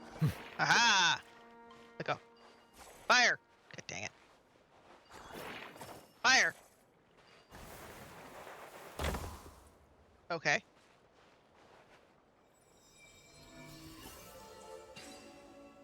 Yay, it works! Okay. Is it what you wish to find? Hopefully the excitement of opening a treasure chest has at least made it a worthwhile experience. Okay.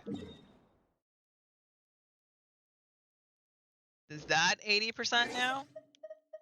Saw a red mark. We're there! We're done! We made it to 80% with 3 days and 1 hour left. Awesome. I see the value in my own work, I can potato and but I Genshin also for a while see now. the meaning Awesome. in all the endeavors of the people of Fontaine. One thing that I do believe want I to will figure out continue to take Googling pride in is fulfilling my the duties. it's the one that's in Fontaine. That's the what are words? What are words? The thing that requires me to grab a thing to put into a machine deep underwater. I don't know where the thing is. I have the machine. I know where the machine is, but I don't know where the thing is to put in the machine to do that thing. So.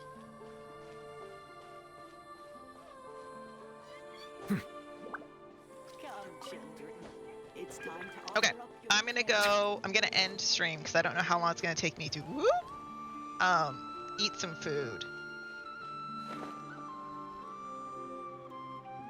I'm gonna get some macaroni and cheese. I'm gonna grab some back pain stuff. Yeah. And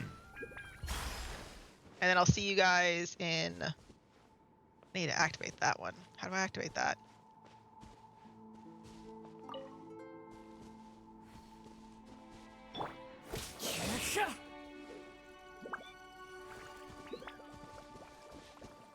This isn't done. Anyway, if I keep doing this, maybe I keep finding stuff that I want to do. Okay.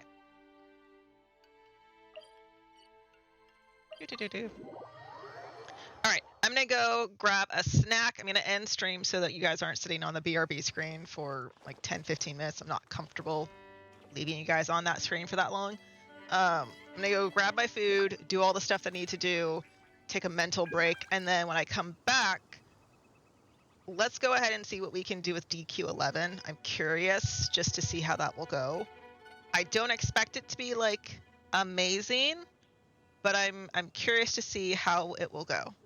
Just, you know, out of plain curiosity. All right. I will be back shortly.